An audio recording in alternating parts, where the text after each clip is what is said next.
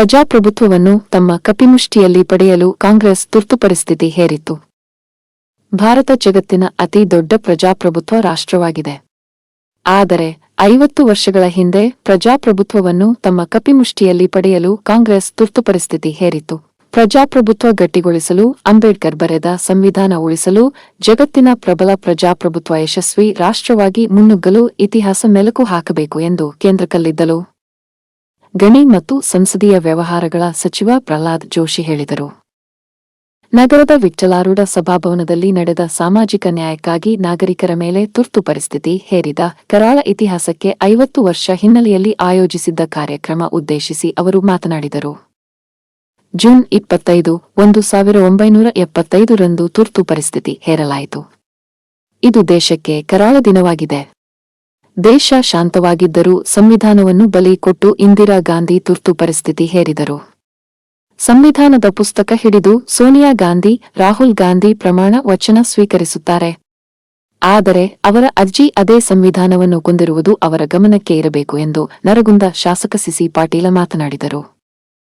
Mahendra ಕೌತಾಳ್, BJP ಜಿಲ್ಲಾಧ್ಯಕ್ಷ ರಾಜು ಕುರಡಗಿ, ತುರ್ತು ಪರಿಸ್ಥಿತಿಯಲ್ಲಿ ಜೈಲುವಾಸ ಅನುಭವಿಸಿದ ಕೃಷ್ಣ ಹೊಂಬಾಳಿ, ಎಂಎಸ್ ಕರಿಗೌಡರ, ಸಿದ್ದಣ್ಣ ಪಲ್ಲೆಯದ, ರಾಘವೇಂದ್ರ ಏಳವತಿ, ಮಹೇಶ ದಾಸರ, ಸ್ವಾತಿ ಅಕ್ಕಿ, ವಿದ್ಯಾವತಿ ಗಡಗಿ, ವಿಜಯಲಕ್ಷ್ಮಿ ಮಮಾನ್ವಿ, ಕಮಲಾಕ್ಷಿ ಗೊಂದಿ, ನಿರ್ಮಲಾ ಕೊಳ್ಳಿ, ರೇಖಾ ಗೋಳಿ, ವಂದನಾ ವೇರ್ಣೇಕರ್, ಅಶ್ವಿನಿ ಜಗತಾಪ ಮುಂತಾದವರು ಉಪಸ್ಥಿತರಿದ್ದರು. ಚುನಾವಣೆಯಲ್ಲಿ ಇಂದಿರಾ ಗಾಂಧಿ ಅವರು ಗೆದ್ರಂತೇಳಿ ಅನೌನ್ಸ್ ಮಾಡ್ತಾರೆ. ಆದರೆ ಅವರ ವಿರುದ್ಧ ಸ್ಪರ್ಧಿಸಿದಂಥ ರಾಜನಾರಾಯಣ್ ಇದರಲ್ಲಿ man and money power, muscle power, machinery ಸರ್ಕಾರದ ದುರುಪಯೋಗ ಆಗೈತೆ ಅಂತೇಳಿ ಅಲಹಾಬಾದ್ ಹೈಕೋರ್ಟ್ಗೆ ಹೋಗ್ತಾರೆ. ಅಲಹಾಬಾದ್ ಹೈಕೋರ್ಟು ಈ ದೇಶದ ಇತಿಹಾಸದಲ್ಲೇ ಒಂದು ಐತಿಹಾಸಿಕ ತೀರ್ಪನ್ನು ಕೊಡ್ತದೆ. ಅದು ಶ್ರೀಮತಿ ಇಂದಿರಾ ಗಾಂಧಿ ಅವರ ಗೆಲುವನ್ನು ಅನೂರ್ಜಿತಗೊಳಿಸುವುದಲ್ಲದೆ ಮುಂದಿನ 6 ವರ್ಷಗಳ ಕಾಲ ಯಾವುದೇ ಸಕ್ರಿಯ ಚುನಾವಣೆಗಳಲ್ಲಿ, ಸಾರ್ವತ್ರಿಕ ಚುನಾವಣೆಗಳಲ್ಲಿ ಶ್ರೀಮತಿ ಇಂದಿರಾ ಗಾಂಧಿ ಅವರು ಭಾಗವಹಿಸಬಾರದು ಅನ್ನುವಂಥ ಒಂದು ನಿರ್ಣಯವನ್ನು ಕೊಟ್ಟಾಗ ಸನ್ಮಾನ್ಯ ಶ್ರೀಮತಿ ಇಂದಿರಾ ಗಾಂಧಿ ಅವರು ಸುಪ್ರೀಂ ಕೋರ್ಟಿಗೆ ಹೋಗಿ ಅದಕ್ಕೆ ತಡೆಯಾಜ್ಞೆಯನ್ನು ತಂತಾರೆ. ಜೂನ್ 25, 1975 ರಂದು ಈ ದೇಶಕ್ಕೆ ಕರಾಳ ದಿನ ಅಂತ ಹೇಳ್ಬೋದು, ತುರ್ತು ಪರಿಸ್ಥಿತಿಯನ್ನು ಘೋಷಣೆ ಮಾಡ್ತಾರೆ. ಈಗಾಗಲೇ ನಮ್ಮ ಕೌತಾಳ್ ಅವರು ಹೇಳಿದರು, ತುರ್ತು ಪರಿಸ್ಥಿತಿ ಯಾವಾಗ ಘೋಷಣೆ ಆಗಬೇಕು? ಒಂದು ಭೀಕರ ಬರಗಾಲ, ಒಂದು ಬಾಹ್ಯ ಶಕ್ತಿಗಳಿಂದ ಬೆದರಿಕೆ, ಯುದ್ಧದ ಸನ್ನಿವೇಶ, ಅಥವಾ ಶಸ್ತ್ರಾಸ್ತ್ರ ಸಹಿತ ಇಂಟರ್ನಲ್ ದಂಗೆಗಳಿರುವಂಥ ಸಂದರ್ಭದಾಗ ತುರ್ತು ಪರಿಸ್ಥಿತಿ ಘೋಷಣೆ ಆಗಬೇಕು. ಏನೂ ಇದ್ದಿಲ್ಲ, ದೇಶ ಶಾಂತ ರೀತಿಯಿಂದ ಇತ್ತು, ಚುನಾವಣೆ ನಡೆದಿತ್ತು, ಚುನಾವಣೆ ಮುಗಿದಿತ್ತು. ಇಂದಿರಾ ಗಾಂಧಿಯ ಗೆಲುವು ಅಸಂವಿಧಾನಿಕ ಅನ್ನುವಂಥ ತೀರ್ಪನ್ನು ಕೊಟ್ಟು ಸುಪ್ರೀಂ ಕೋರ್ಟಿಂದ ಸ್ಟೇ ತಂದ ತಕ್ಷಣ ಎಲ್ಲ ನಿರ್ಬಂಧಗಳನ್ನು ಹಾಕಲಿಕ್ಕೆ ಶ್ರೀಮತಿ ಇಂದಿರಾ ಗಾಂಧಿಯವರು ತುರ್ತು ಪರಿಸ್ಥಿತಿಯನ್ನು ತಂದು ಅನೇಕ ನಾಯಕರನ್ನು, ಬಾಲಕೃಷ್ಣ ಅದ್ವಾನಿ ಅವರಿರ್ಬೋದು, ರಾಮಕೃಷ್ಣ ಹೆಗಡೆ ಅವರಿರ್ಬೋದು, ಗಣ್ಯಾತಿಗಣ್ಯ ನಾಯಕರನ್ನು, ವಿಶೇಷವಾಗಿ ಸಂಘ ಪರಿವಾರದ ಪ್ರಮುಖರನ್ನು ಜೈಲಿಗೆ ಹಾಕಿ, ನಿಮ್ಮ ಮಾಧ್ಯಮದವರಿಗೂ ಕೂಡ ಯಾವುದೇ ಸ್ವಾತಂತ್ರ್ಯ ಇರಲಿಲ್ಲ. ನೀವು ಕೊಟ್ಟಂಥ ನ್ಯೂಸ್ ಸ್ಕ್ರೀನ್ ಆಗಿ ಹೊರಗೆ ಬಂದಿದ್ದಷ್ಟೇ ನೀವು ಪ್ರಸಾರ ಮಾಡಬೇಕಾಗಿತ್ತು. ಈ ರೀತಿಯಾದಂಥ ದಬ್ಬಾಳಿಕೆಯನ್ನು ಶ್ರೀಮತಿ ಇಂದಿರಾ ಗಾಂಧಿ ಅವರು ನಡೆಸಿದರು. ಅದರ ನಂತರ ಅವರ ಮಗ ಸಂಜಯ್ ಗಾಂಧಿ ಯಾವ ರೀತಿಯ ದಬ್ಬಾಳಿಕೆಯನ್ನು ನಡೆಸಿ ಜನರ ಸಂತಾನಹರಣವನ್ನು ಮಾಡಿದೆ ಅನ್ನೋದು ಕೂಡ ನಮ್ಮೆಲ್ಲರಿಗೂ ಪೂರ್ಣ ನೆನಪಿಲ್ಲ. ಕಾರಣ ಇಷ್ಟ, ಅದು 50 ವರ್ಷ ಆಯ್ತು.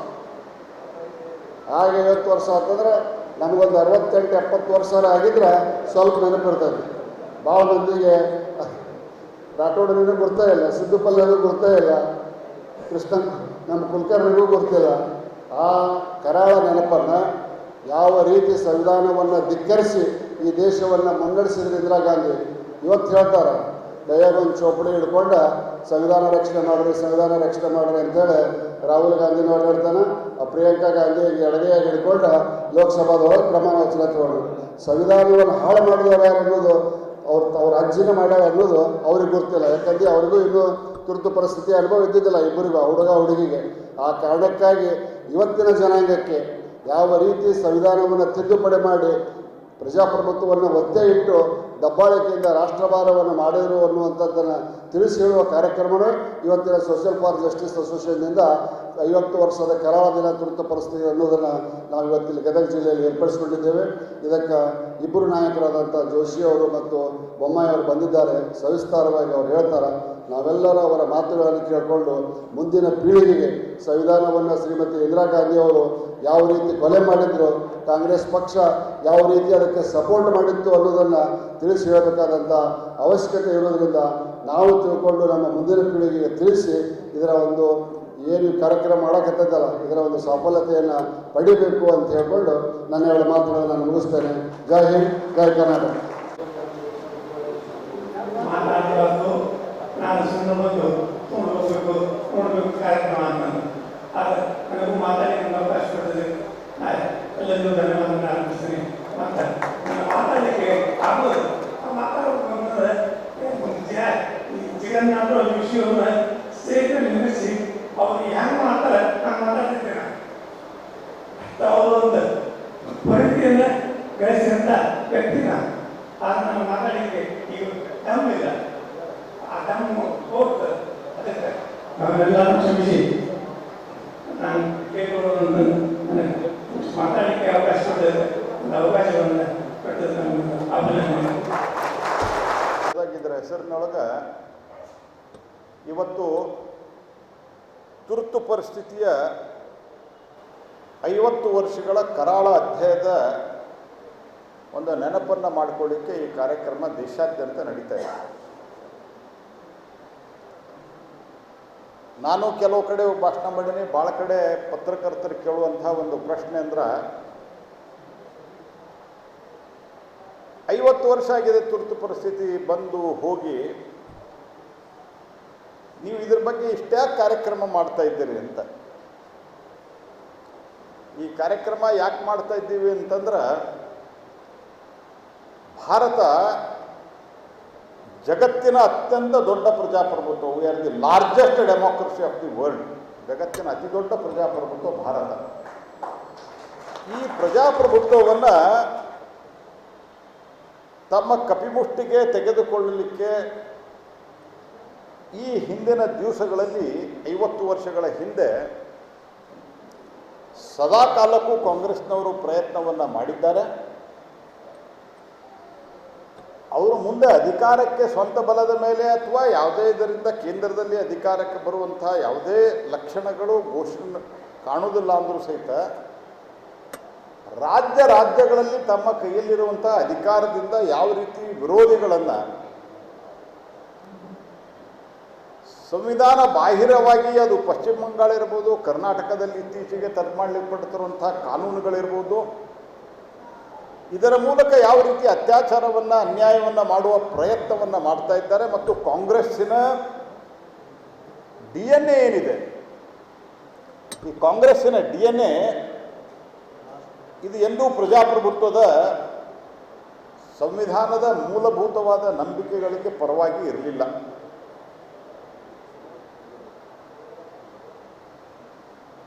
ಈ ಒಂದು ತುರ್ತು ಪರಿಸ್ಥಿತಿಯನ್ನು 50 ವರ್ಷಗಳ ಹಿಂದೆ ಯಾಕೆ ಹಾಕಿದರು ಅನ್ನೋದನ್ನು ಭಾಳಷ್ಟು ಜನ ಈಗ, ಯಾಕಂದರೆ ಆವಾಗ ಯಾರು ಒಂದು 15, 16, 14, ಕನಿಷ್ಠ ಒಂದು 10, 12 ವರ್ಷಕ್ಕಿಂತ ಜಾಸ್ತಿ ಯಾರಿದ್ರು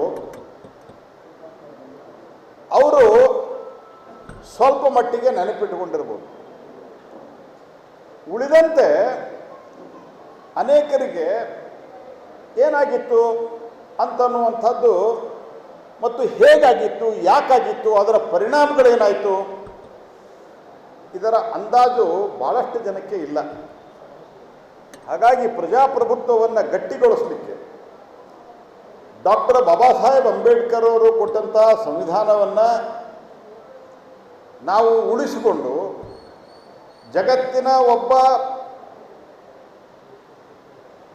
ಜಗತ್ತಿನ ಒಂದು ಪ್ರಬಲ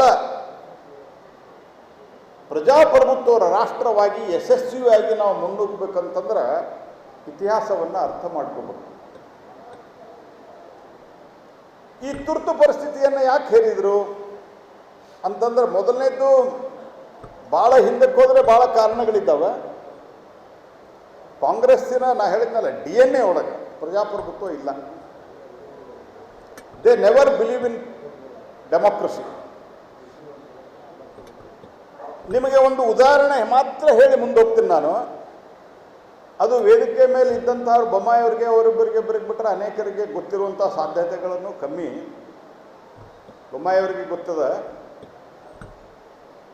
ಈ ದೇಶಕ್ಕೆ 1949ರಲ್ಲಿ ಸಂವಿಧಾನವನ್ನು ಸ್ವೀಕರಿಸಿದ್ವಿ ಮತ್ತು 1950ರೊಳಗೆ ನಾವು ಸಂವಿಧಾನವನ್ನು ಒಪ್ಪಿಕೊಂಡ್ವಿ, ಗಣರಾಜ್ಯವನ್ನಾಗಿ ಸ್ವೀಕಾರ ಮಾಡಿದ್ವಿ. ಚುನಾವಣೆ ಯಾವಾಗ ಅದು? 1952 1952. ಈ 1952 ಚುನಾವಣೆ ಬರೋದಕ್ಕಿಂತ ಮುಂಚಿತವಾಗಿ ಅಂದರೆ ಪಂಡಿತ್ ನೆಹರು ಅವರಿಗೆ, ಕಾಂಗ್ರೆಸ್ಸಿನ ಪಂಡಿತ್ ನೆಹರು ಅವರಿಗೆ ಅಂದರೆ ಜನರ ಮ್ಯಾಂಡೇಟ್ ಬರೋಕ್ಕಿಂತ ಮೊದಲು ದೇಶದ ಮೊದಲನೇ ಸಂವಿಧಾನದ ತಿದ್ದುಪಡಿ ಆಯಿತು. ಯಾಕಂದ್ರೆ ಅಭಿವ್ಯಕ್ತಿ ಸ್ವಾತಂತ್ರ್ಯದ ಒಂದು ಏನು ಭಾರತದ ಸಂವಿಧಾನದಲ್ಲಿ ಡಾಕ್ಟರ್ ಬಾಬಾ ಸಾಹೇಬ್ ಅಂಬೇಡ್ಕರ್ ಕೊಟ್ಟಿದ್ದರು, ಆ ಅಭಿವ್ಯಕ್ತಿ ಸ್ವಾತಂತ್ರ್ಯವನ್ನು ಉಪಯೋಗ ಮಾಡಿ ನೆಹರು ಸರ್ಕಾರದ ಕೆಲವು ವಿಷಯಗಳನ್ನು ಕೆಲವು ಪತ್ರಿಕೆಗಳು ಟೀಕೆ ಮಾಡಿದರು. ಅದಕ್ಕೆ ನೆಹರು ಅವರಿಗೆ ಆ ಟೀಕೆಯನ್ನು ತಾಳಿಕೊಳ್ಳುವಂಥ ಒಂದು ಮನಸ್ಥಿತಿ ಇರಲಿಲ್ಲ.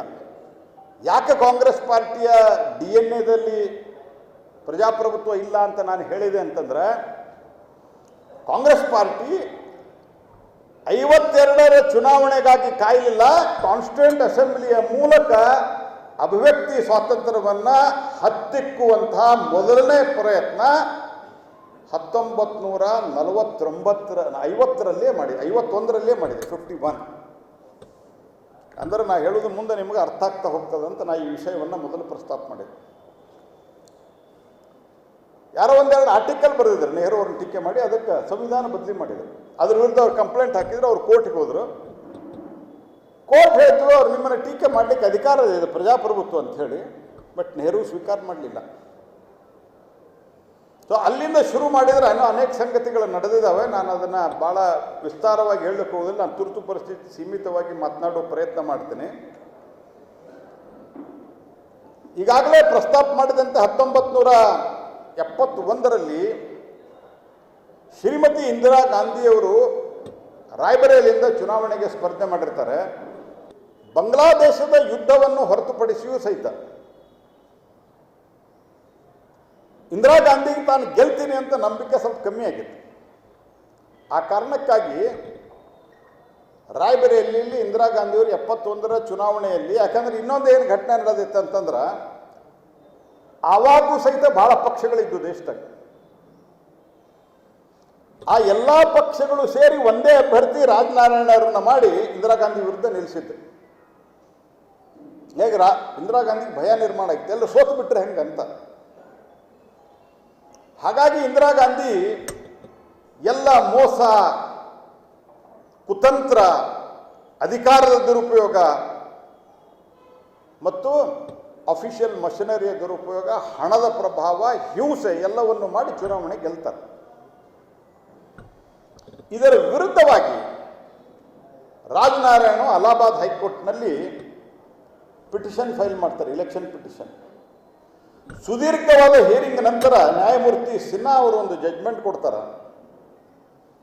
ಆ ಜಡ್ಜ್ಮೆಂಟ್ ಏನು ಅಂದರೆ, ಇಂದಿರಾ ಗಾಂಧಿಯವರು ಈ ಚುನಾವಣೆಯ ಆಯ್ಕೆ ಇದು ಅನೂರ್ಜಿತ ಮತ್ತು ಅವರು 6 ವರ್ಷಗಳ ಕಾಲ ಚುನಾವಣೆಗೆ ನಿಲ್ಲಲಿಕ್ಕೆ ಸಾಧ್ಯ ಇಲ್ಲ, ನಿಲ್ಲಬಾರದು ಅಂತ ಕೊಡ್ತಾರೆ. ಆವಾಗ ಶ್ರೀಮತಿ ಇಂದಿರಾ ಗಾಂಧಿಯವರ ಮುಂದೆ ಇದ್ದಂಥದ್ದು 2 ಆಯ್ಕೆಗಳು. ಒಂದು, ರಾಜೀನಾಮೆಯನ್ನು ಕೊಟ್ಟು ತಮ್ಮ ವಿರುದ್ಧವಾಗಿ ಬಂದಂತಹ ಜಡ್ಜ್ಮೆಂಟನ್ನು ಸುಪ್ರೀಂ ಕೋರ್ಟ್ನಲ್ಲಿ ಚಾಲೆಂಜ್ ಮಾಡಬೇಕಾಗಿತ್ತು. ಇನ್ನೊಂದು, ಅವರು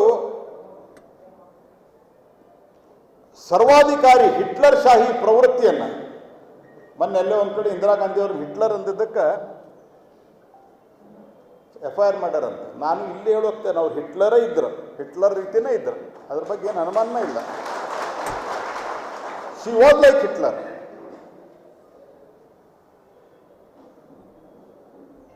ಅವರು ಎರಡನೇದು ಆಯ್ಕೆ ಮಾಡಿಕೊಂಡು ಸರ್ವಾಧಿಕಾರದ ಮೂಲಕ ಅಧಿಕಾರವನ್ನು ಉಳಿಸ್ಕೋಬೇಕು.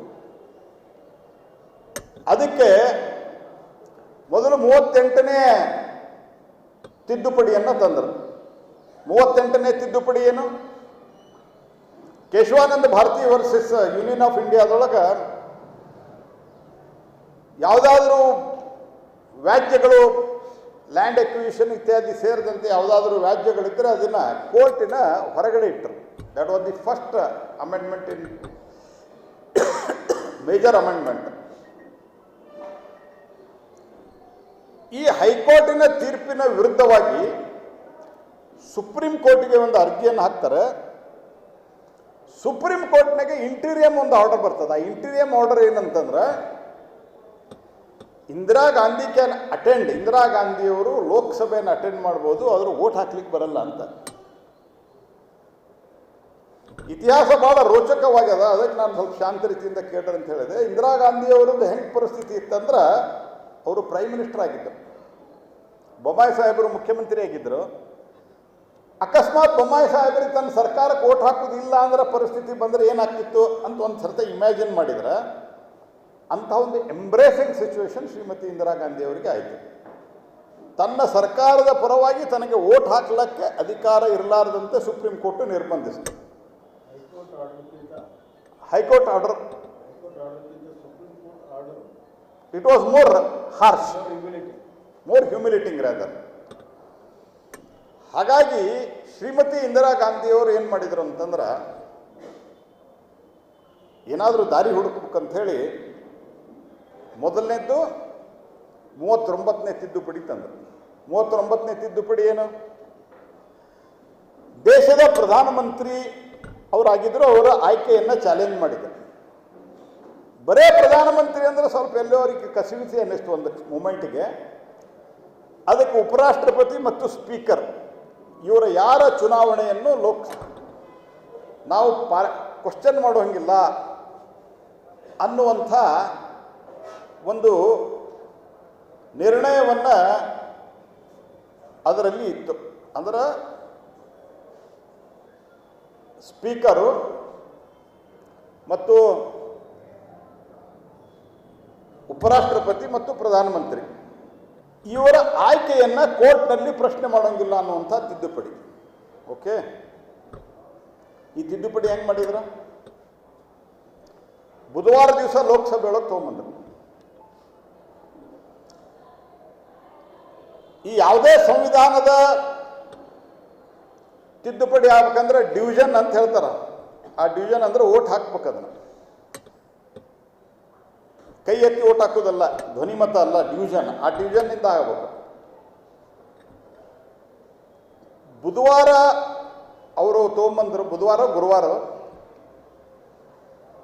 ಲೋಕಸಭೆಯಲ್ಲಿ ಪಾಸ್ ಮಾಡಿದ್ರು. ಅದರ ಇಂಟ್ರೊಡಕ್ಷನ್ ತೊಗೊಂಡದ್ದು 3 ನಿಮಿಷ, ವೋಟಿಂಗ್ ತೊಗೊಂಡಿದ್ದಕ್ಕೆ ಒಂದು 5-10 ನಿಮಿಷ. ಕಿಸ್ದಾಗ ಸಂವಿಧಾನ ಇಟ್ಕೊಂಡು ಅಡ್ಡಾಡ್ತಾರಲ್ಲ, ಅವ್ರಿಗೆ ಗೊತ್ತಾಗ್ಬೇಕದು. ಕಾಂಗ್ರೆಸ್ ಪಾರ್ಟಿಯವರು ರಾಹುಲ್ ಗಾಂಧಿ ನೋಡಿ ಕಿಸ್ದಾಗ ಸಂವಿಧಾನ ಇಟ್ಕೊಳ್ಳೋರು ಇಲ್ಲೂ ಇದ್ದಾರೆ, ಅವ್ರಿಗೆ ಗೊತ್ತಾಗ್ಬೇಕು.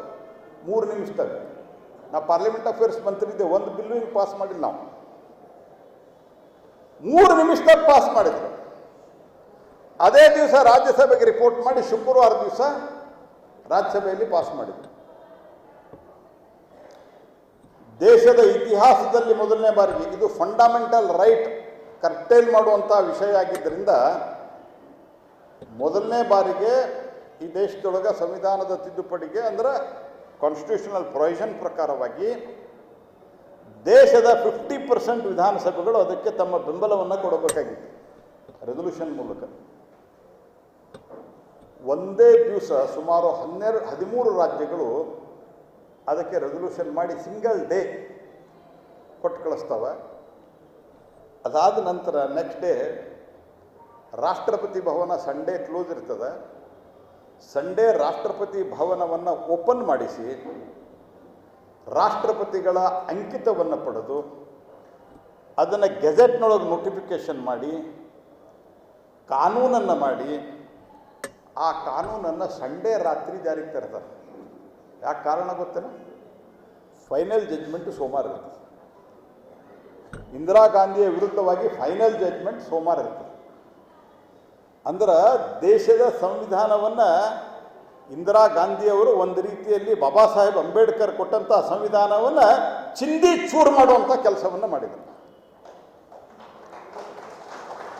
ನೆಕ್ಸ್ಟ್ ಡೇ ಹೋಗಿ ಕೋರ್ಟ್ಗೆ ಹೇಳ್ತಾರೆ ಸಂವಿಧಾನ ತಿದ್ದುಪಡಿ ಆಗಿದೆ, ನಿಮ್ಗೆ ಅಧಿಕಾರ ಇಲ್ಲ ಅಂತ.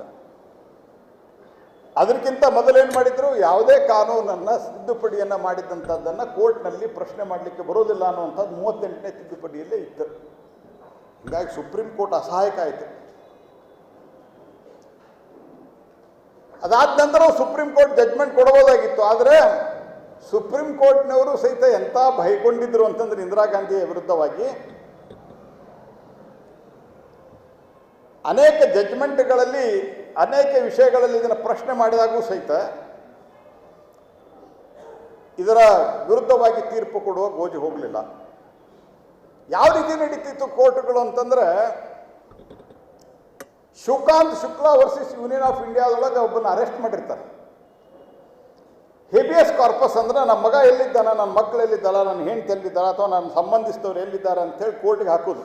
ಕೋರ್ಟ್ನವ್ರು ಡೈರೆಕ್ಷನ್ ಕೊಡ್ತಾರೆ, ಅವ್ನು ಹುಡ್ಕೊಂಬಂದು ನನ್ನ ಮುಂದೆ ನಿಲ್ಲಿಸ್ತಾರೆ. That is called as habeas corpus. ಆ ಹೇಬಿಯಸ್ ಕಾರ್ಪಸ್ ಅರ್ಜಿ ಹಾಕಿದ್ರೆ ದೇಶದೊಳಗೆ ತುರ್ತು ಪರಿಸ್ಥಿತಿ ಇದ್ದಾಗ ಗುಂಡು ಹೊಡೆದು ಯಾರನ್ನ ಸಾಯಿಸಿದ್ರು ಸಹಿತ ಅದನ್ನು ಪ್ರಶ್ನೆ ಮಾಡೋಂಗಿಲ್ಲ ಅಂತ ತಿಳ್ಕೊಂಡು ಭಾರತ ಸರ್ಕಾರ ಅಫಿಡವಿಟ್ ಆಗ್ತದೆ. ಆ ಅಫಿಡವಿಟನ್ನು 6-7 ಜಡ್ಜ್ಮೆಂಟ್ ಮೇಲೆ ಎತ್ತಿಡಲಾಗ್ತದೆ. ಅದರೊಳಗೆ ನ್ಯಾಯಮೂರ್ತಿ ಖನ್ನಾ ಅವರು ಅದನ್ನು ವಿರೋಧ ಮಾಡ್ತಾರೆ, ಮುಂದೆ ಅವರಿಗೆ ಚೀಫ್ ಜಸ್ಟಿಸ್ ಮಾಡೋದನ್ನು. ಈ ರೀತಿಯಾದಂಥ ಒಂದು ತುರ್ತು ಪರಿಸ್ಥಿತಿಯ ಸಂದರ್ಭದಲ್ಲಿ ಮುಂದೆ 40ನೇ ತಿದ್ದುಪಡಿ, 41ನೇ ತಿದ್ದುಪಡಿ. 41ನೇ ತಿದ್ದುಪಡಿ ಏನು? 41ನೇ ತಿದ್ದುಪಡಿಯೊಳಗೆ ಯಾವುದೇ ರಾಜ್ಯದ ವಿಧಾನಸಭೆಯನ್ನು ಕನಿಷ್ಠ ಇನ್ನು 1 ವರ್ಷಗಳ ಕಾಲ ಯಾವುದೇ ಚುನಾವಣೆ ಇಲ್ಲದೆ ಮುಂದಕ್ಕೆ ಹಾಕ್ಬೋದು. 6 ವರ್ಷ ಮಾಡಿದ್ರು. 40ನೇ ತಿದ್ದುಪಡಿ ಏನು? ಯಾವುದೇ ಕಾನೂನುಗಳನ್ನು ಯಾವುದೇ ವಿಷಯವನ್ನು ಕೋರ್ಟ್ನಲ್ಲಿ ತುರ್ತು ಪರಿಸ್ಥಿತಿ ಸಂದರ್ಭದಲ್ಲಿ ಪ್ರಶ್ನೆ ಮಾಡೋಂಗಿಲ್ಲ. ಇದೆಲ್ಲ ಆದ ನಂತರ ಅದಕ್ಕಿಂತ ಈ 38ನೇ ತಿದ್ದುಪಡಿ ಆದ ನಂತರ ಶ್ರೀಮತಿ ಇಂದಿರಾ ಗಾಂಧಿಯವರು ಜೂನ್ 25ನೇ ತಾರೀಕು 25th ಜೂನ್ ಈ ದೇಶದೊಳಗೆ ತುರ್ತು ಪರಿಸ್ಥಿತಿಯನ್ನು ಘೋಷಣೆ ಮಾಡ್ತಾರೆ. ತುರ್ತು ಪರಿಸ್ಥಿತಿ ಹೆಂಗೆ ಘೋಷಣೆ ಮಾಡ್ತಾರೆ? ರಾತ್ರಿ 2 ಗಂಟೆ ಕ್ಯಾಬಿನೆಟ್ ಕರೀತಾರೆ. ಕ್ಯಾಬಿನೆಟ್ ಕರೆದು ಎಲ್ಲರಿಗೂ ವಿಷಯ ಹೇಳೋದಿಲ್ಲ, ಕ್ಯಾಬಿನೆಟ್ದಾಗ ಪಾಸ್ ಅನೀಶ್ ಕಳಿಸ್ತಾರೆ ಅಷ್ಟೆ. ಆವಾಗ ರಾತೋರಾತ್ ಆ ತುರ್ತು ಪರಿಸ್ಥಿತಿಯ ಘೋಷಣೆಯ ಒಂದು ಅಧಿಸೂಚನೆಯನ್ನು ಹೊರಡಿಸ್ಲಿಕ್ಕೆ ರಾಷ್ಟ್ರಪತಿ ಭವನಕ್ಕೆ ಕಳಿಸ್ತಾರೆ. ಒಂದು ಕಾರ್ಟೂನ್ ಬಂದಿತ್ತು ಅವಾಗ. ಏನು ಕಾರ್ಟೂನ್ ಅಂದ್ರೆ, ರಾಷ್ಟ್ರಪತಿ ಫಕರುದ್ದೀನ್ ಅಲಿ ಅಹ್ಮದ್ ಅವರು ಬಾತ್ರೂಮ್ನಾಗ ಇರ್ತಾರೆ. ಇಂದಿರಾ ಗಾಂಧಿ ಅವ್ರಿಗೆ ಫೋನ್ ಮಾಡಿ ಸಹಿ ಮಾಡಂತ ಹೇಳ್ತಾರೆ. ಫಕರುದ್ದೀನ್ ಅಲಿ ಅಹ್ಮದ್ ಅವ್ರು ಹೇಳ್ತಾರೆ ಬಾತ್ರೂಮ್ನಾಗಿದ್ದೇನೆ ಅಂತ. ಇಲ್ಲ, ನೀನು ಅಲ್ಲೇ ಒಳಗೆ ಯಾರದರ ಕಡೆ ತರಿಸ್ಕೊಂಡು ಅಲ್ಲೇ ಸಹಿ ಮಾಡಿ ಹಂಗೆ ಕಳಿಸಂತ ಹೇಳ್ತಾರೆ. ಮತ್ತು ಅದೇ ಮಾದರಿಯಲ್ಲಿ ಸಹಿ ಆಗ್ತದೆ. ಅದು ಕಾರ್ಟೂನ್ ಇರ್ಬೋದು, but fact of the matter was same. ಅದನ್ನು ಕೊಡ್ತಾರೆ. ಅದಾದ ನಂತರ 25ನೇ ತಾರೀಕು ಅಘೋಷಿತ ತುರ್ತು ಪರಿಸ್ಥಿತಿಯನ್ನು ಮಾತಾಡ್ತಾರಲ್ಲ, ಇಲ್ಲಿ ನಿಮ್ಮವರೊಬ್ಬರು ಇಲ್ಲಿ ಮಂತ್ರಿಗಳು ಮಾತಾಡ್ತಿರ್ತಾರೆ. ಅವಾಗರೆ ಈ ತುರ್ತು ಪರಿಸ್ಥಿತಿ ಅನ್ನೋ ಪ್ರಶ್ನೆನೇ ಯಾವ ತುರ್ತು ಪರಿಸ್ಥಿತಿ ಅಂದ್ರೆ ಇಂದಿರಾ ಗಾಂಧಿ ಅಂದ್ರೆ ಈ ಅನ್ನೋದ್ರಾಗ ತೊಗೊಂಡೋಗ್ಬಿಡ್ತಿದ್ರು ಒಳಗೆ. ಯಾಕೆ ಒಳಗೆ ಹೋಗ್ಯಾರ ಗೊತ್ತಾಗ್ತಿರ್ಲಿಲ್ಲ. ಕೆಲವ್ರು ಹೋದವ್ರು ಒಳಗೂ ಬರಲಿಲ್ಲ, ಹೊರಗೂ ಬರಲಿಲ್ಲ. ಆಮೇಲೆ ಆ ಪ್ರಮಾಣದಲ್ಲಿ ಅತ್ಯಾಚಾರ. 25ನೇ ತಾರೀಕು ರಾತೋರಾತ್ ಎಮರ್ಜೆನ್ಸಿ ಬಂತು. 25ನೇ ತಾರೀಕು ದೇಶದಲ್ಲಿದ್ದಂತಹ ಒಂದೇ ಒಂದು ಪತ್ರಿಕೆ ದೇಶದಲ್ಲಿ ಹೊರಗೆ ಬರಲಿಲ್ಲ. ಎಲ್ಲ ಪತ್ರಿಕೆಗಳ ಕರೆಂಟ್ ಕಟ್ ಮಾಡಿದ್ರು, ಯಾವುದೂ ಬರಲಿಲ್ಲ. ಪತ್ರಿಕೆಗಳದ್ದು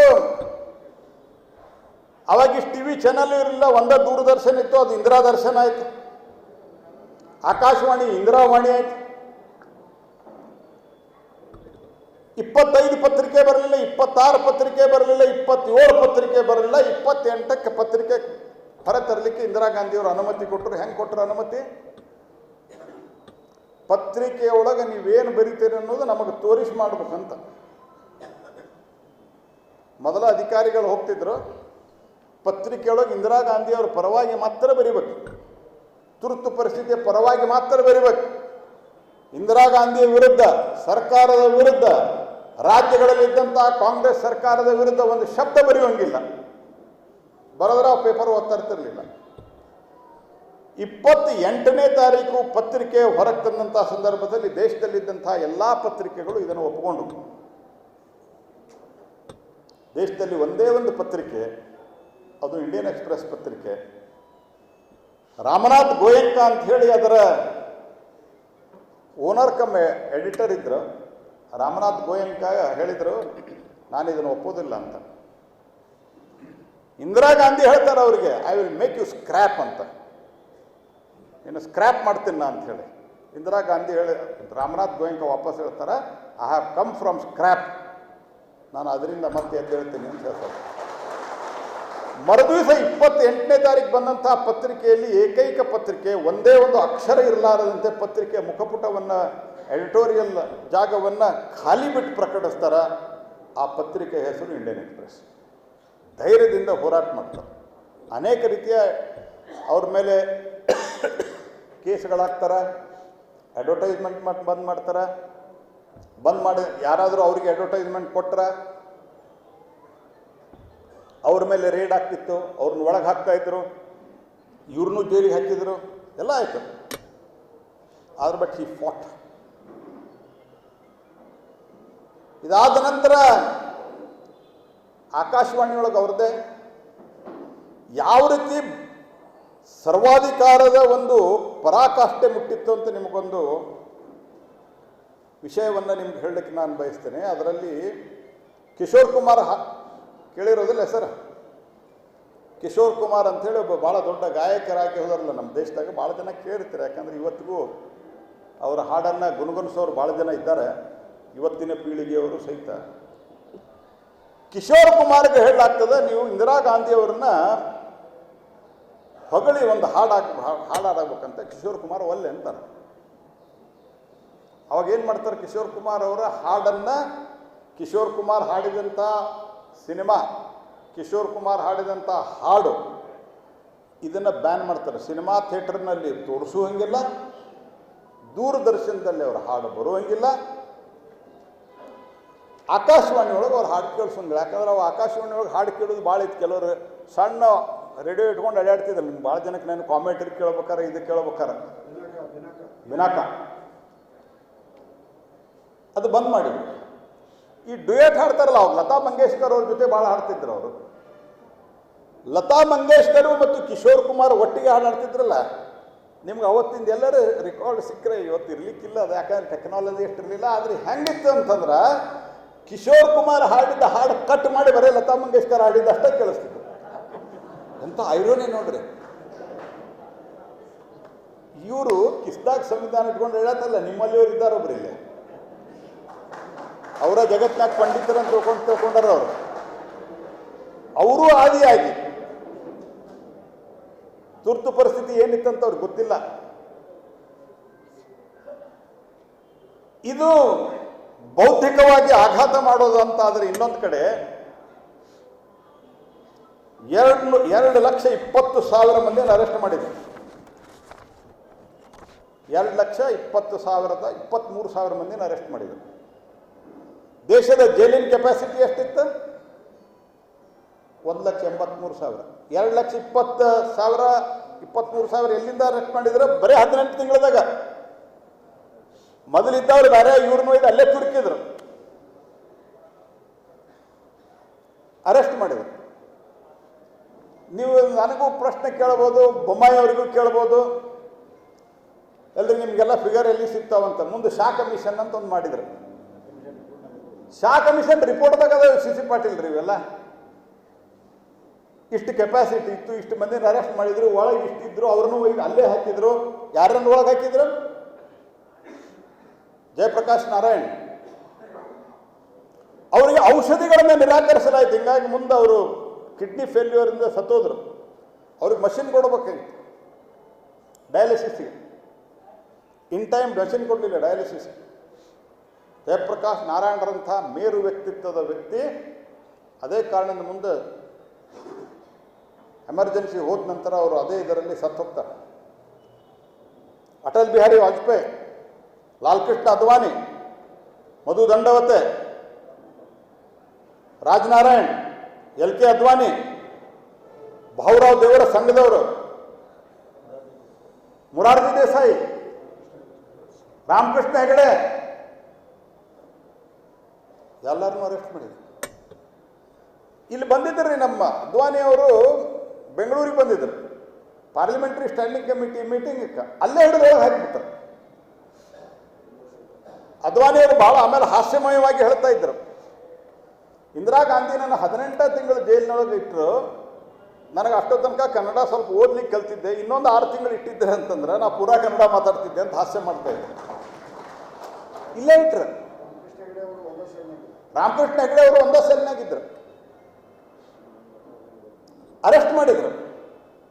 ಇಡೀ ದೇಶದೊಳಗೆ ಒಂದೇ ಒಂದು ವಿರೋಧ ಪಕ್ಷದ ನಾಯಕರು ಹೊರಗಿರಲಿಲ್ಲ. ಜಾರ್ಜ್ ಫರ್ನಾಂಡಿಸರ್ನ ಒಳಗಾಕಿದ್ರು, ಹಾಕಲಿಕ್ಕೆ ಪ್ರಯತ್ನ ಮಾಡಿದ್ರು, ಸಿಗಲಿಲ್ಲ. ಸಂವಿಧಾನಕ್ಕೆ ಇಷ್ಟಾಗಿ ಇಟ್ಕೊಂಡು ಅಡ್ಡಾಡೋರು ನಾ ಬಾರಿ ಬಾರಿ ಹೇಳ್ತಾ ಇದ್ದೀನಿ, ನೀವು ನೆನಪಿಟ್ಕೊಂಡು ಕೇಳಿದ್ರೆ ಸಂವಿಧಾನಕ್ಕೆ ಇಷ್ಟಾಗಿ ಇಟ್ಕೊಂಡು ಅಡ್ಡಾಡೋರಿಗೆ ನೆನಪು ಮಾಡ್ರಿ. ಯಾವಾಗ ಜಾರ್ಜ್ ಫರ್ನಾಂಡಿಸ್ ಸಿಗಲಿಲ್ಲಲ್ಲ, ಆವಾಗ ಲಾರೆನ್ಸ್ ಫರ್ನಾಂಡಿಸನ್ ಹಿಡಿದ್ರೆ ಇಲ್ಲಿ ಬೆಂಗಳೂರಿಗೆ ಇರ್ತಿದ್ರು. ಲಾರೆನ್ಸ್ ಫರ್ನಾಂಡಿಸನ್ನ ಹಿಡಿದು ಯಾವ ರೀತಿ ಹಿಂಸೆ ಕೊಟ್ಟರು, ನೀನು ಮಣ್ಣ ಎಲ್ಲಿದ್ದಾನೆ ಹೇಳಂತ ಹೇಳಿ. ಯಾಕಂದ್ರೆ ಇಂದಿರಾ ಗಾಂಧಿಗೆ ಭಯಂಕರ ಭಯ ಇತ್ತು. ಜಾರ್ಜ್ ಬಹಳ ಮೇರು ವ್ಯಕ್ತಿತ್ವದ ಒಬ್ಬ ನಾಯಕ. ಈ ದೇಶದೊಳಗೆ ಡಿಫೆನ್ಸ್ ಮಿನಿಸ್ಟ್ರಿ ಒಳಗೆ ಮೊದಲನೇದಾಗಿ ಛಾಪ್ ಮೂಡಿಸಿದ್ರೆ ಅದು ಸನ್ಮಾನ್ಯ ಜಾರ್ಜ್ ಫರ್ನಾಂಡಿಸ್ ಅವರು. ಇದನ್ನು ನಾವು ಮರಿಬಾರ್ದು. ಅತ್ಯಂತ ಪ್ರಾಮಾಣಿಕ ವ್ಯಕ್ತಿ. ಪಬ್ಲಿಕ್ ಲೈಫ್ದಾಗ ಅಷ್ಟು ಪ್ರಾಮಾಣಿಕ ವ್ಯಕ್ತಿ ಸಿಗುವುದು ಕಷ್ಟ. ಭಾಳ ಪ್ರಾಮಾಣಿಕ ವ್ಯಕ್ತಿ. ಇಂದಿರಾ ಗಾಂಧಿಯ ವಿರುದ್ಧವಾಗಿ ರೈಲ್ವೆ ಸ್ಟ್ರೈಕನ್ನು ಕಾಲ್ ಮಾಡಿದ್ರು ಅವರು. ಇಂದಿರಾ ಗಾಂಧಿಯ ವಿರುದ್ಧವಾಗಿ ಏನು ಅಸಮಾಧಾನ ಕುದೀತಾ ಇತ್ತು ಕಾಂಗ್ರೆಸ್ ಪಾರ್ಟಿಯ ವಿರುದ್ಧವಾಗಿ, ಅದನ್ನು ಚಾನಲೈಸ್ ಮಾಡುವ ಪ್ರಯತ್ನ ಮಾಡಿದ್ರೆ ಅದು ಜಾರ್ಜ್ ಫರ್ನಾಂಡಿಸನ್ ಹಿಡಿಬೇಕು. ಜಾರ್ಜ್ ಫರ್ನಾಂಡಿಸ್ ಸಿಕ್ಕಿಲ್ಲ, ಏನು ಮಾಡ್ಬೇಕು, ಭೂಗತರಾಗಿದ್ದರು ಅವರು. ಕೊನೆಗೆ ಸಿಕ್ಕರು, ಅದು ಬೇರೆ. ಆ ಜಾರ್ಜ್ ಫರ್ನಾಂಡಿಸನ್ನ ಎಲ್ಲಿದ್ದಾರೆ ಹೇಳು ಅಂಥೇಳಿ ಲಾರೆನ್ಸ್ ಫರ್ನಾಂಡಿಸ್ ಹಿಂಸೆ. ಯಾವ ರೀತಿ ಹಿಂಸೆ ಕೊಟ್ಟಿದ್ದು ಗೊತ್ತೇನು? ಅಂಥ ಪಿಕ್ಚರ್ ಎಷ್ಟು ಮಂದಿ ನೋಡ್ರಿ? ಅಂತ ಒಂದು ಪಿಕ್ಚರ್ ಬಂದಿತ್ತಲ್ಲ ಅಂಬರೀಷಂದು. ಅದರೊಳಗೆ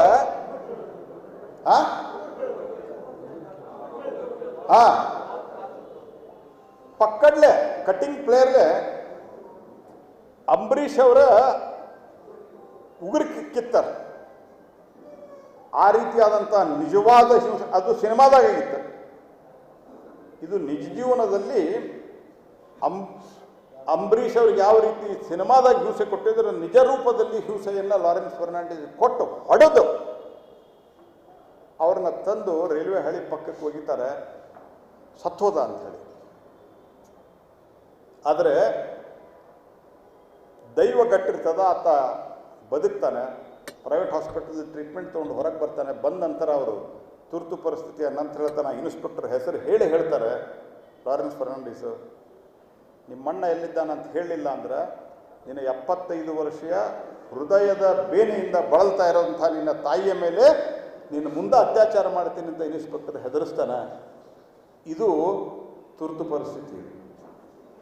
ಇವತ್ತು ಅಘೋಷಿತ ತುರ್ತು ಪರಿಸ್ಥಿತಿ ಅಂತೇಳಿ ಕಿಸ್ದಾಗಿನ ಸಂವಿಧಾನ ತೋರಿಸ್ತಾರಲ್ಲ, ಇವರಂಥ ಕಳ್ಳರು, ಮೋಸಗಾರರು, ದಗಾಕೋರರು ಯಾರೂ ಇಲ್ಲ ದೇಶದಾಗ. ಒಬ್ಬ ರಾಜಣ್ಣ ಅಂತ ತಿಳ್ಕೊಂಡು ಕೊಂದು ಹಾಕಿದ್ರು ಇದ್ರೊಳಗೆ, ಕೇರಳದಾಗ ಸ್ಟೂಡೆಂಟ್. ಅವ ಎದಕ್ಕೊಂದ್ರು ಇಂದಿರಾ ಗಾಂಧಿ ವಿರುದ್ಧ ಘೋಷಣೆ ಮಾಡಿದ್ದಂತ. ಸ್ನೇಹಿತರೆ, ಒಂದು ಸಂಗತಿ ನಿಮ್ಗೆ ಗೊತ್ತಿರಲಿ, ಅವನದು ಇದು ಸಿಗಲಿಲ್ಲ, ಏನು ಡೆಡ್ ಬಾಡಿ ಸಿಗಲಿಲ್ಲ. ಡೆಡ್ ಬಾಡಿ ಸಿಗಲಿಲ್ಲ.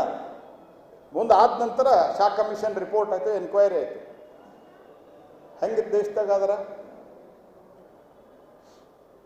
ಹೋರಾಟ ಮಾಡಿದವರು ಆ ಟೈಮ್ದಲ್ಲಿ ಅನೇಕರಿಗೆ, ಇತ್ತೀಚೆಗೆ ಬಂದಂಥವ್ರಿಗೆ ಅಂದ್ರೆ ನಾ ಹೇಳೋದು ಈಗಿನ ಪೀಳಿಗೆಗೆ ಇತ್ತೀಚೆಗೆ ಬಂದವ್ರಿಗೆ ಅಂದ್ರೆ ಅದು ಬೇರೆ ಇದಂತ ತಿಳ್ಕೊಬೇಡ್ರಿ. ಇತ್ತೀಚೆಗೆ ಪಾಲಿಟಿಕ್ಸ್ ಬಂದವ್ರಿಗೆ ಗೊತ್ತಿಲ್ಲ, ಈ ಪೀಳಿಗೆಗೆ ಗೊತ್ತಿಲ್ಲ.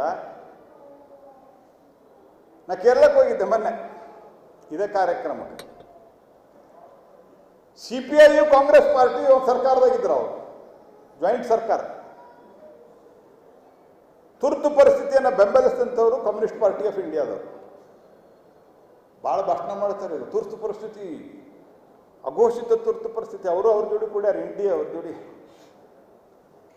CPIMದವರು ಅವರು ವಿರೋಧಾಗಿದ್ದರು. ಎರಡು ಲೆಫ್ಟ್ ಅದರ ಲೆಫ್ಟ್ ರೈಟು ಬೇರೆ ಲೆಫ್ಟ್ ರೈಟ್ದಾಗ ಹೋಗಿದ್ದರು. ಹಿಂಗೇನೋ ಆಗಿತ್ತು ಒಟ್ಟು ಗದ್ದಲ. CPIMದವ್ರು ಮೊದಲು ವಿರೋಧ ಮಾಡಿದರು. CPIದವ್ರನ್ನ ಕರೆದು ನಾದಿದ್ರು ಇಂದಿರಾ ಗಾಂಧಿ ಒಳಗೆ ತೊಗೊಂಡೋಗಿ ಎಲ್ಲರೂ ಬಂದ್ ಮಾಡಿಬಿಟ್ರು, ದುಕಾನ್ ಬಂದ್ ಮಾಡ್ಕೊಂಡು ಏನು ಬೇಕಾದ್ ಮಾಡ್ಕೊಡ್ರಿ ಅಂದ್ಬಿಟ್ರು. ಈ ದೇಶದೊಳಗೆ ವಿಚಾರದ ದೃಷ್ಟಿಯಿಂದ ನೀವು ಒಂದೇ ನೋಡಿದರೆ, ವಿಚಾರಧಾರೆ ದೃಷ್ಟಿಯಿಂದ ನೋಡಿದರೆ ಸತತವಾಗಿ 18 ತಿಂಗಳುಗಳ ಕಾಲ ಹೋರಾಟವನ್ನು ಮಾಡಿದಂಥ ಏಕೈಕ ಸಂಘಟನೆ ಅಂತಂದ್ರೆ RSS ಮತ್ತು ನಮ್ಮ ವಿಚಾರ ಪರಿವಾರ ಭಾರತೀಯ ಜನಸಂಘ. 2,20,000 ಜನರಲ್ಲಿ ಹೆಚ್ಚು, 1 ಲಕ್ಷಕ್ಕಿಂತ ಹೆಚ್ಚು ಜನ ಅದು ಜನಸಂಘ, BJP, ABVP ಅವರಿದ್ದರು. ಸುರೇಶ್ ಕುಮಾರ್ ಅವರು ಒಂದು ನಿಯೋಗ ಬಂದಿತ್ತು, ಕಾಮನ್ವೆಲ್ತ್ ನಿಯೋಗ. ಅವ್ರನ್ನೆಲ್ಲ ಇಡೀ ದೇಶಾದ್ಯಂತ ಇಂದಿರಾ ಗಾಂಧಿ ಸಂಚಾರ ಮಾಡಿಸ್ತಾ ಇದ್ರು. ಬೆಂಗಳೂರಿಗೆ ಬಂದಾಗ ಎಲ್ಲ ಭಾಳ ಚೆನ್ನಾಗಿದೆ ಅಂತ ತೋರಿಸ್ತಾ ಇದ್ರು. ಅವಾಗ ಇಂದಿರಾ ಗಾಂಧಿಯವರು ಇದನ್ನು ತೋರಿಸ್ತಾ ಇರುವಂಥ ಸಂದರ್ಭದೊಳಗೆ ಸುರೇಶ್ ಕುಮಾರು ಮತ್ತು 4 ಜನ ಹೋಗಿ ಅವರಿಗೆ ಪ್ಯಾಂಪ್ಲೆಟ್ ಕೊಟ್ಟು, ಕರಪತ್ರ ಕೊಟ್ಟು, ಈ ತುರ್ತು ಪರಿಸ್ಥಿತಿಯ ಪರವಾಗಿ ದೇಶದಲ್ಲಿ ವಾತಾವರಣ ಇದೆ ಅಂತ ಇಂದಿರಾ ಗಾಂಧಿಯವರು ಪ್ರೂವ್ ಮಾಡಲಿಕ್ಕೆ ಹೊರಟಿದ್ರು. ಆದರೆ ಅವ್ರಿಗೆ ಎಕ್ಸ್ಪ್ಲೇನ್ ಮಾಡಿದರು.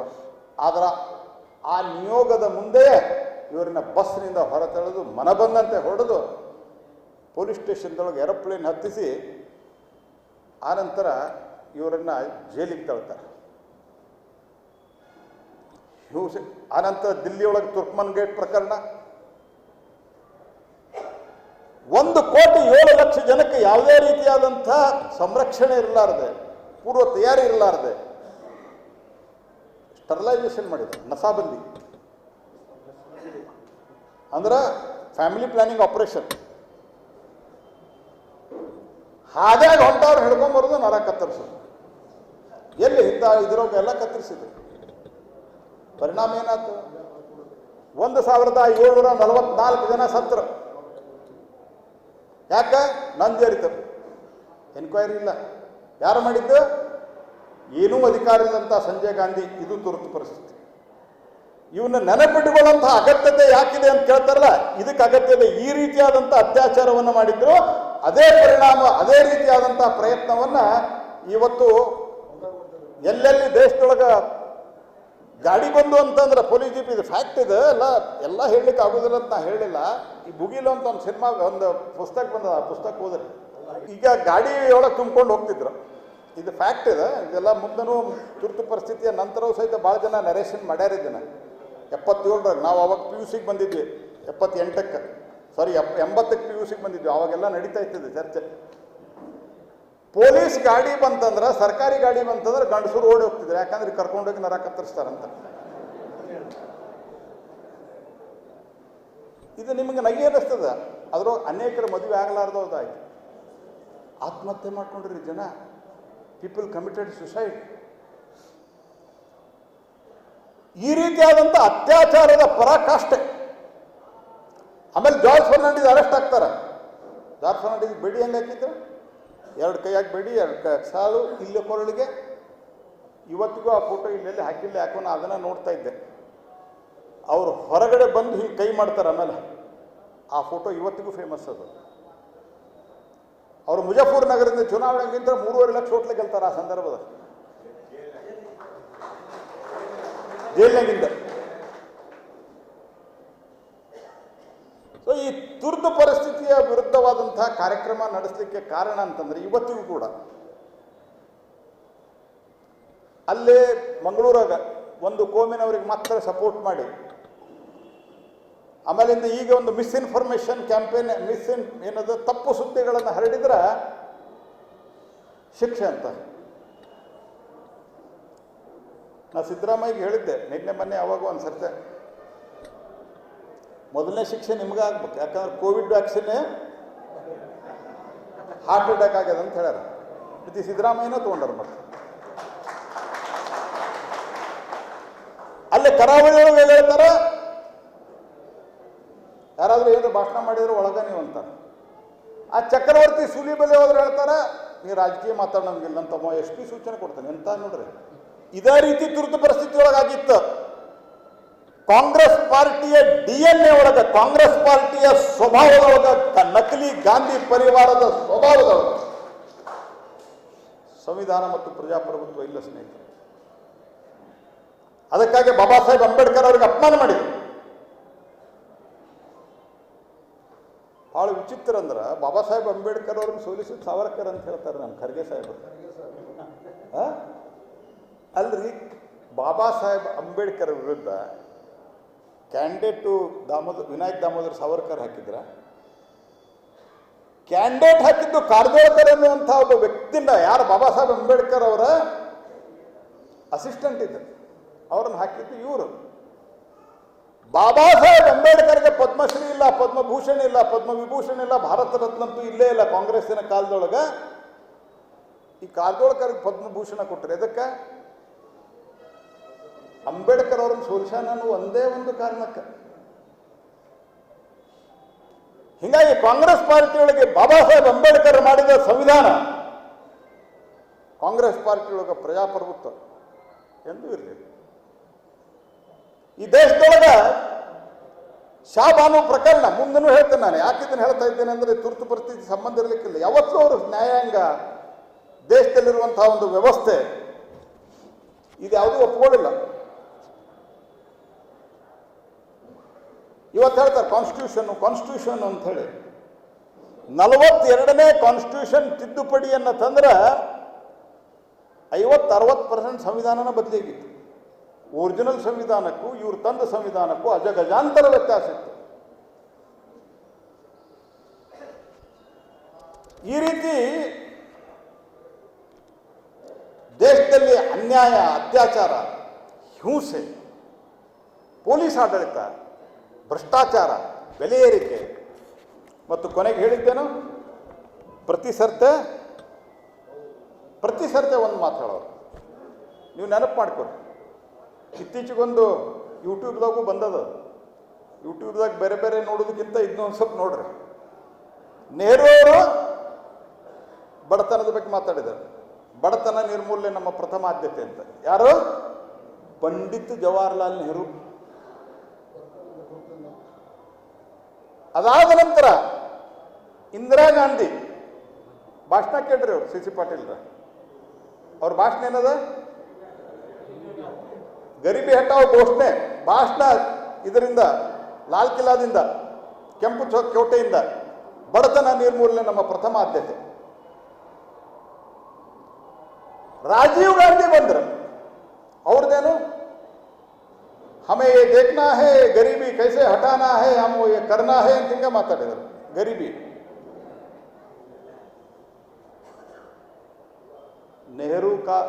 ಮನಮೋಹನ್ ಸಿಂಗ್ ಕಾಲದಾಗ ಸೋನಿಯಾ ಗಾಂಧಿ ಬಂದರು, ಅವ್ರದ್ದು ಭಾಷಣ ಬೇರೆ ಕಡೆ ಮಾಡಿದ್ದು ಇದೆ. ಅದ ಹಳೆ ನೋಡ್ತಾರ, ಅವ್ರ ಅಜ್ಜ ಅವ್ರ ಮಾವ ಏನು ಹೇಳಿದಂತ ಅದನ್ನ ಹೊಡಿತಾರೆ. ಈಗ ರಾಹುಲ್ ಬಾಬಾನು ಅದನ್ನ ಹೊಡಿತಾರೆ. ಅದ್ರ ಸ್ವಲ್ಪ ಹೇಳ್ಬೇಕಾರೆ ತಪ್ಪಿಬಿಡ್ತಾರೆ, ಅಲ್ಲೆಲ್ಲಿ ಏನೇನು ಹೇಳ್ಕೊಂಡು ಹೋಗ್ತಾರೆ, ಚೀಟಿ ತಪ್ಪಿಬಿಡ್ತಾವ ಅವರು. ಹಿಂಗಾಗಿ ಇವತ್ತಿನ ತನಕ ಬಡತನೆ ಅದಲ್ಲಿ ಏನು ಕೆಲಸ ಮಾಡಿಲ್ಲ. ನಾ ಭಾಳ ವಿವರಕ್ಕೆ ಹೋಗೋದಿಲ್ಲ. ಈ IMFದವ್ರು ಇತ್ತೀಚೆಗೆ ಸರ್ವೆ ಮಾಡಿ ಒಂದು ಮಾತು ಹೇಳಿದ್ದಾರೆ. ವರ್ಲ್ಡ್ ಬ್ಯಾಂಕ್ನವ್ರು ಹೇಳಿದ್ದಾರೆ, ದೇಶದೊಳಗೆ ಇರುವಂಥ 26 ಕೋಟಿ ಜನದ ಬಡತನದ ಪೈಕಿ 21 ಕೋಟಿ ಜನ ಕಡು ಬಡತನದ ಜನ. ಪೂರ್ತಿ ಬಡತನ ನಿರ್ಮೂಲನೆ ಆಗ್ಯದ ನಾವು ಕ್ಲೇಮ್ ಮಾಡೋದಿಲ್ಲ. ಪ್ರಧಾನಮಂತ್ರಿ ನರೇಂದ್ರ ಮೋದಿಯವರು 2014 ಒಂದು ಮಾತು ಹೇಳಿದ್ದಾರೆ. ನಾವು ಇವತ್ತೆಲ್ಲ ಅವತ್ತವ್ರನ್ನ ನಮ್ಮ ಪಾರ್ಲಿಮೆಂಟರಿ ಪಾರ್ಟಿ ಲೀಡರ್ ಆಗಿ ಚುನಾಯಿಸುವ ಸಂದರ್ಭದಲ್ಲಿ ನಾನು ಹಾಜರಿದ್ದೆ. ಅವತ್ತೊಂದು ಮಾತು ಹೇಳಿದ್ದರು ಅವರು, ನನ್ನ ಸರ್ಕಾರ ಇದು ಬಡವರಿಗೆ ಸಮರ್ಪಿತವಾದ ಸರ್ಕಾರ ಅನ್ನುವಂಥ ಮಾತನ್ನು. ಹಾಗಾಗಿ ಸ್ನೇಹಿತರೆ, ಇವತ್ತು ಇಡೀ ದೇಶಾದ್ಯಂತ ಜೂನ್ 25ನೇ ತಾರೀಕು ಸಂವಿಧಾನದ ಹತ್ಯಾ ದಿವಸ ಅನ್ನುವಂಥ ಒಂದು ವಿಷಯವನ್ನು ಇಟ್ಟುಕೊಂಡು ನಾವು ಮಾಡ್ತಾ ಇದ್ದೀವಿ. ದೇಶದೊಳಗೆ ಭಾಳಷ್ಟು ಪರಿವರ್ತನೆ ಆಗಿದೆ. ಕಾಂಗ್ರೆಸ್ ಪಾರ್ಟಿಯವರಿಗೆ ಬದಲಾವಣೆ ಆಗೋದು ಕಾಣ್ತದೆ, ಆದರೆ ರಾಜಕೀಯ ಕಾರಣದಿಂದ ಅದನ್ನು ಸಹಿಸಿಕೊಳ್ಳಿಕ್ಕಾಗ್ತಾ ಇಲ್ಲ. ತಾವು ಮಾಡಲಾರದು ಮೋದಿಯವರು ಮಾಡಿದರು ಅಂಥೇಳಿ ಗ್ಯಾಸ್ನಿಂದ ಹಿಡ್ಕೊಂಡು ಮನೆಯಿಂದ ಹಿಡ್ಕೊಂಡು ಅನೇಕ ಸಂಗತಿಗಳನ್ನ ಅದನ್ನೆಲ್ಲ ವಿವರಕ್ಕೆ ಹೋಗೋದಿಲ್ಲ. ನಾನು ಕೊನೆಯದಾಗಿ ಒಂದು ಮಾತು ಹೇಳ್ತೀನಿ.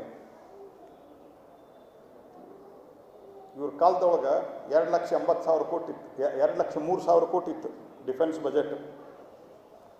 ಇವತ್ತು 7 ಲಕ್ಷ ಕೋಟಿ ರೂಪಾಯಿ ನಮ್ಮ ಡಿಫೆನ್ಸ್ ಬಜೆಟ್ ಅದ. ಮತ್ತು ಭಾರತದ ಇವರಂಗ ಮುಂಬೈ ಅಟ್ಯಾಕ್ ಆಯಿತು,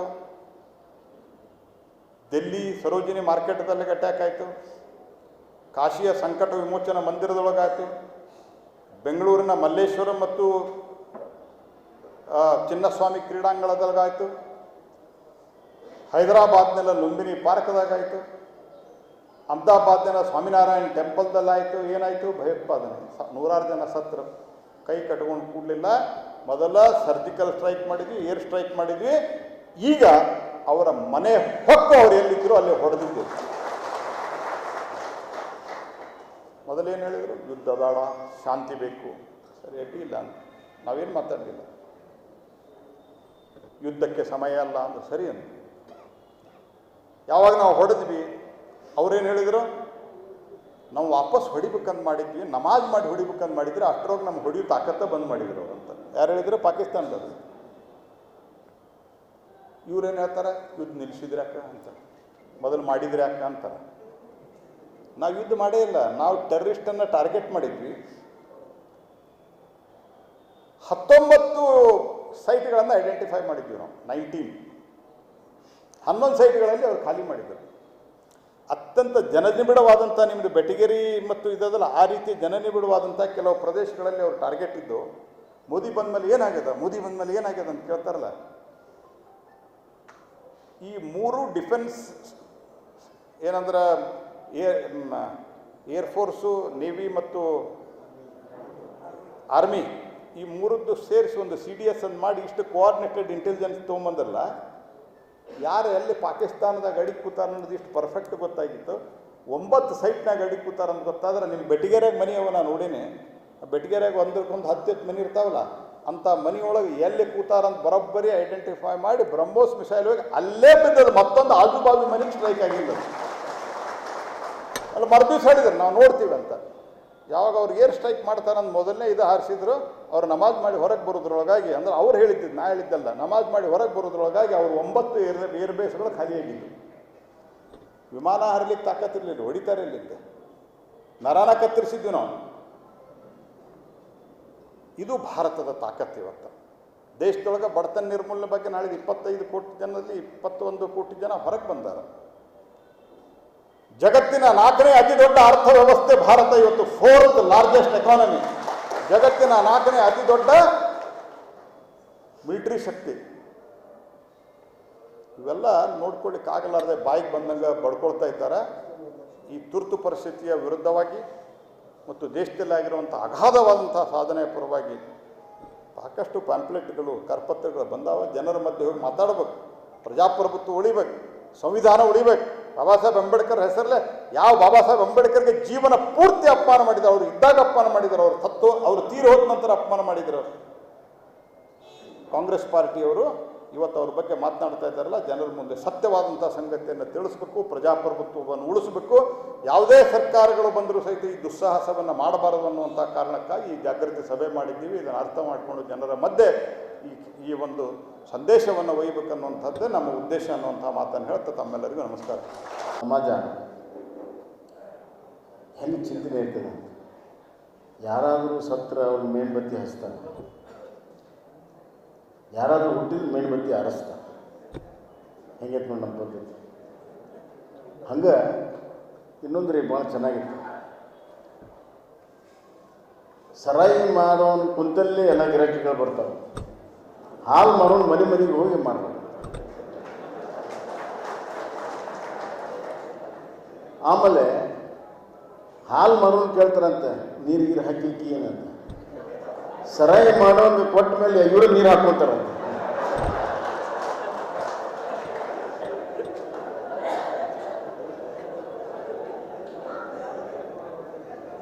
ಇಂಥ ಕಾಲದಲ್ಲಿ ನಾವು ಇದ್ದೇವೆ. ಅಂಬಾಡಿ ಸಾಹೇಬರು ಬಂದರು, ತುರ್ತು ಪರಿಸ್ಥಿತಿಯನ್ನು ಕಣ್ಣಾರೆ ಕಂಡಂಥವ್ರು, ಅನುಭವಿಸಿದವರು, ಅವ್ರಿಗೆ ವಂದನೆಯನ್ನು ಸಲ್ಲಿಸಿ, ನಮ್ಮ ಮಹೇಂದ್ರ ಕೌತಾಳು, ತಮ್ಮ ನೀನು ಎಮರ್ಜೆನ್ಸಿಯಲ್ಲಿ ಹುಟ್ಟಲಿರು ಚಿಂತಿಲ್ಲ, ಆದರೆ ಎಮರ್ಜೆನ್ಸಿ ಏನಿದೆ ಅಂತ ತಿಳಿಸಿ ಹೇಳೋದ್ರಲ್ಲಿ ಸಾರ್ಥಕತೆ ಆಗಿದೆ. ಆ ಎಮರ್ಜೆನ್ಸಿ ಹೋರಾಟ ಮಾಡಿದ ಎಲ್ಲ ಹಿರಿಯರ ಆಶೀರ್ವಾದ ನಿಮ್ಗೆ ಸಿಗ್ತದೆ ಅಂತ ನಾನು ಹೇಳ್ತೀನಿ. ನಾನು ಮೊನ್ನೆ ನಮ್ಮ ಮನೆಗೆ ಈ ಚಾರ್ಟರ್ಡ್ ಅಕೌಂಟೆಂಟ್ಸ್ ಅಸೋಸಿಯೇಷನ್ನು, ಕಂಪ್ನಿ ಸೆಕ್ರೆಟ್ರೀಸು ಮತ್ತು ಕೆಲವು ಇಂಡಸ್ಟ್ರಿಯಲಿಸ್ಟ್ ಯಾವುದೋ ಒಂದು ಫಂಕ್ಷನ್ ಕರೆಕ್ಟ್ ಬಂದಿದ್ದರು. ಹಂಗೆ ಮಾತಾಡುವಾಗ ಅವರು ಒಂದು ಮಾತನ್ನು ಹೇಳಿದರು, sir with our daring prime minister honourable Narendra Modi ಅವ್ರು ಇರೋವರೆಗೂ ಭಾರತ ಯಾವುದೇ ದೇಶಕ್ಕೆ ಹೆದರೋ ಅವಶ್ಯಕತೆ ಇಲ್ಲ. ಅದು ಅಮೇರಿಕಾ ಇರ್ಬೋದು, ರಷ್ಯಾ ಇರ್ಬೋದು, ಇಸ್ರೇಲ್. ಒಬ್ಬ ಹೇಳಿದ, ಆ ಬಾಜುಕಿದ್ದೊಬ್ಬ ಕೂತಿದ್ದ, sir if at all we are afraid of our opposition in the country ಅಂತ. ಅಂದರೆ ಕಾಂಗ್ರೆಸ್ ಪಾರ್ಟಿ ಉದ್ದೇಶಿಸಿ ನಾವೇನಾದ್ರೂ ಭಯ ಪಡ್ತಿದ್ರೆ ಬಂಡವಾಳ ಹೂಡಿ ಕೆಲಸ ಮಾಡಿ ಕಾರ್ಖಾನೆ ಹೂಡಿ ಎಲ್ಲ ಮಾಡೋದಕ್ಕೆ ಈಗಿರುವಂಥ ವಿರೋಧ ಪಕ್ಷ, ದೇಶದಲ್ಲಿರುವಂಥ ವಿರೋಧ ಪಕ್ಷದ ಬಗ್ಗೆ ನಮಗೆ ಚಿಂತನೆ ಆಗಿದೆ. ನಾನು ಕೇಳಿದೆ ಯಾಕೆ. ಅವರು ಡಿಸ್ಟ್ರಕ್ಟಿವ್ ಪೊಲಿಟಿಕ್ಸ್ ಮಾಡ್ತಾರೆ, ಯಾವುದೇ ರೀತಿಯ ರಚನಾತ್ಮಕವಾಗಿರುವಂಥ ಸಕಾರಾತ್ಮಕವಾದ ರಾಜಕಾರಣವನ್ನು ಅವ್ರು ಮಾಡೋದಿಲ್ಲ. ದುಸ್ಸಾಂಶ ಚಿಂತನೆ ಮತ್ತು ಕೃತಿಗಳಿಂದ ಕೂಡಿರುವಂಥ ರಾಜಕಾರಣ ಮಾಡ್ತಾರೆ. ಹೀಗಾಗಿ ಈ ದೇಶದ ಆಂತರಿಕ ಸುರಕ್ಷತೆ ಒಂದು ದೊಡ್ಡ ಸವಾಲು ಇವತ್ತು ಯಾರಿಗಾದರೂ ಇದ್ದರೆ ಹೊರ ದೇಶದಲ್ಲಿಲ್ಲ, ಅದು ನಮ್ಮ ವಿರೋಧ ಪಕ್ಷದಲ್ಲಿದೆ. ದೇಶಕ್ಕೆ ಆತಂಕ ಇರುವಂಥದ್ದು ವಿರೋಧ ಪಕ್ಷದಲ್ಲಿದೆ. ನಾನು ಅದಕ್ಕೆ ಅವ್ರಿಗೆ ಹೇಳಿದೆ, ನೀವು ಚಿಂತೆ ಮಾಡಬೇಡ್ರಿ, ಚಿಂತೆ ಮಾಡೋಕ್ಕೆ ಹೋಗ್ಬೇಡ್ರಿ, ನೀವು ಹಂಗೆ ಯೋಚನೆ ಮಾಡೋಕ್ಕೆ ಹೋಗ್ಬೇಡ್ರಿ. ನರೇಂದ್ರ ಮೋದಿ ಅವರು ಈ ದೇಶದ ಅಭಿವೃದ್ಧಿಗೆ, ದೇಶದ ಏಕತೆ ಅಖಂಡತೆಗೆ ಭದ್ರ ಬುನಾದಿಯನ್ನು ಹಾಕಿದ್ದಾರೆ, ಯಾರು ಅಲ್ಲಾಡಿಸೋಕ್ಕೆ ಸಾಧ್ಯ ಇಲ್ಲ. ಮತ್ತು ನರೇಂದ್ರ ಮೋದಿಯವರು ಮತ್ತು ಅಟಲ್ ಬಿಹಾರಿ ವಾಜಪೇಯಿ ಅವರ ಈ ಎರಡು ಆಡಳಿತ ಕಾಲದಲ್ಲಿ ಪ್ರಜಾಪ್ರಭುತ್ವ ಭಾಳ ದೊಡ್ಡ ಗಟ್ಟಿಯಾಗಿ ಬೆಳೆದಿದೆ. ಈ ದೇಶದಲ್ಲಿ ಇವತ್ತು ಪ್ರಜಾಪ್ರಭುತ್ವ ಗಟ್ಟಿಯಾಗಿ ಬೆಳೆದಿದೆ. ಎಮರ್ಜೆನ್ಸಿ ಕಾಲದಲ್ಲಿ ಏನಿತ್ತು ಪ್ರಜಾಪ್ರಭುತ್ವ, ಅದಕ್ಕಿಂತ ಗಟ್ಟಿಯಾಗಿ ಇವತ್ತು ಬೆಳೆದಿದೆ.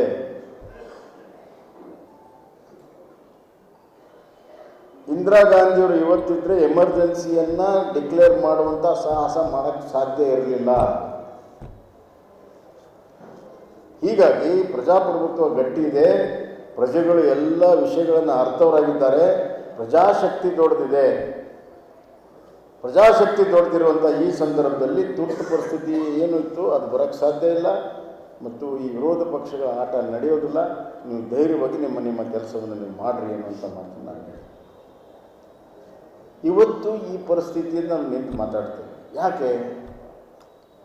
ನಾವು ಪಾಠ ಕಲಿತಿದ್ದೇವೆ. ತುರ್ತು ಪರಿಸ್ಥಿತಿ ಹೇರುವಂತಹ ಸಂದರ್ಭ, ತುರ್ತು ಪರಿಸ್ಥಿತಿಯನ್ನು ಯಾವ ರೀತಿ ಹೇರಿದ್ರು, ನಡ್ಕೊಂಡಂಥ ರೀತಿ, ತುರ್ತು ಪರಿಸ್ಥಿತಿ ಹೇರಿದ ಮೇಲೆ ನಡೆದಂಥ ಘಟನೆಗಳು ಯಾರೂ ಕೂಡ ನಾವು ಇವತ್ತು ಊಹಿಸೋಕ್ಕೆ ಸಾಧ್ಯ ಇಲ್ಲ. ನಮ್ಮ ಭಾರತ ದೇಶದಲ್ಲಿ ಹಿಂಗೆ ನಡೀತು ಅಂತ ಊಹಿಸೋಕ್ಕೆ ಸಾಧ್ಯ ಇಲ್ಲ. ಇಂದಿರಾ ಗಾಂಧಿಯವರು ಇಡೀ ಭಾರತ ದೇಶದ ಜನರನ್ನು ತನ್ನ ಕಪಿ ಮುಷ್ಟಿಯಲ್ಲಿ ಇಟ್ಕೊಳ್ತೇನೆ ಅನ್ನುವಂಥ ಭ್ರಮೆ ಅವನಿತ್ತು. ಯಾಕಂದರೆ ಈಗ ನೋಡಿ, ರಾಜರು ಮಹಾರಾಜ ಕಾಲದಲ್ಲಿ ರಾಜಶಕ್ತಿ ಅಂತಿತ್ತು. It's a ruling class. ಅವ್ರು ಯಾರು ಆಡಳಿತ ಮಾಡೋರು, ಅಧಿಕಾರವನ್ನು ಚಲಾಯಿಸುವವರು. ಅಂಥ ಆಡಳಿತ ಮಾಡುವಂಥ, ಅಧಿಕಾರ ಚಲಾಯಿಸುವಂಥ ಪ್ರವೃತ್ತಿ ಇರುವಂಥ ಕುಟುಂಬದಿಂದ ಇಂದಿರಾ ಗಾಂಧಿಯವರು ಬಂದಿದ್ದರು. ಅವರು ಪ್ರಜೆಗಳಾಗಿರಲೇ ಇಲ್ಲ. ತಾವು ಈ ದೇಶದ ಪ್ರಜೆ ಅಂತ ಎಂದೂ ಕೂಡ ಇಂದಿರಾ ಗಾಂಧಿಯವರು ತಿಳ್ಕೊಂಡಿರಲಿಲ್ಲ, ಜವಾಹರ್ಲಾಲ್ ನೆಹರು ಕೂಡ ತಿಳ್ಕೊಂಡಿರಲಿಲ್ಲ. ನಾವು ಆಳಕ್ಕೆ ಹುಟ್ಟಿದ್ದೇವೆ, we are born to rule. ಮಿಕ್ಕವರೆಲ್ಲ ಆಳಿಸ್ಕೊಳಕ್ಕೆ ಕೊಟ್ಟಿದ್ದಾರೆ. ಈ ಪ್ರವೃತ್ತಿ ಇತ್ತು. ಸರ್ವಾಧಿಕಾರಕ್ಕಿಂತ ಹೆಚ್ಚಾಗಿ ಅವರು ಶಾಶ್ವತ ಅಧಿಕಾರದಲ್ಲಿರುವಂಥ ಶಾಶ್ವತ ಅಧಿಕಾರಿಯಾಗಿ ಅವರ ಚಿಂತನೆ ಇದ್ದಿದ್ದರಿಂದ ನಾನು ಕಪಿ ಮುಷ್ಟಿಲಿ ಇಡ್ಬೋದು ಅಂತ ಇಂದಿರಾ ಗಾಂಧಿಯವರು ಚಿಂತನೆ ಮಾಡಿದರು.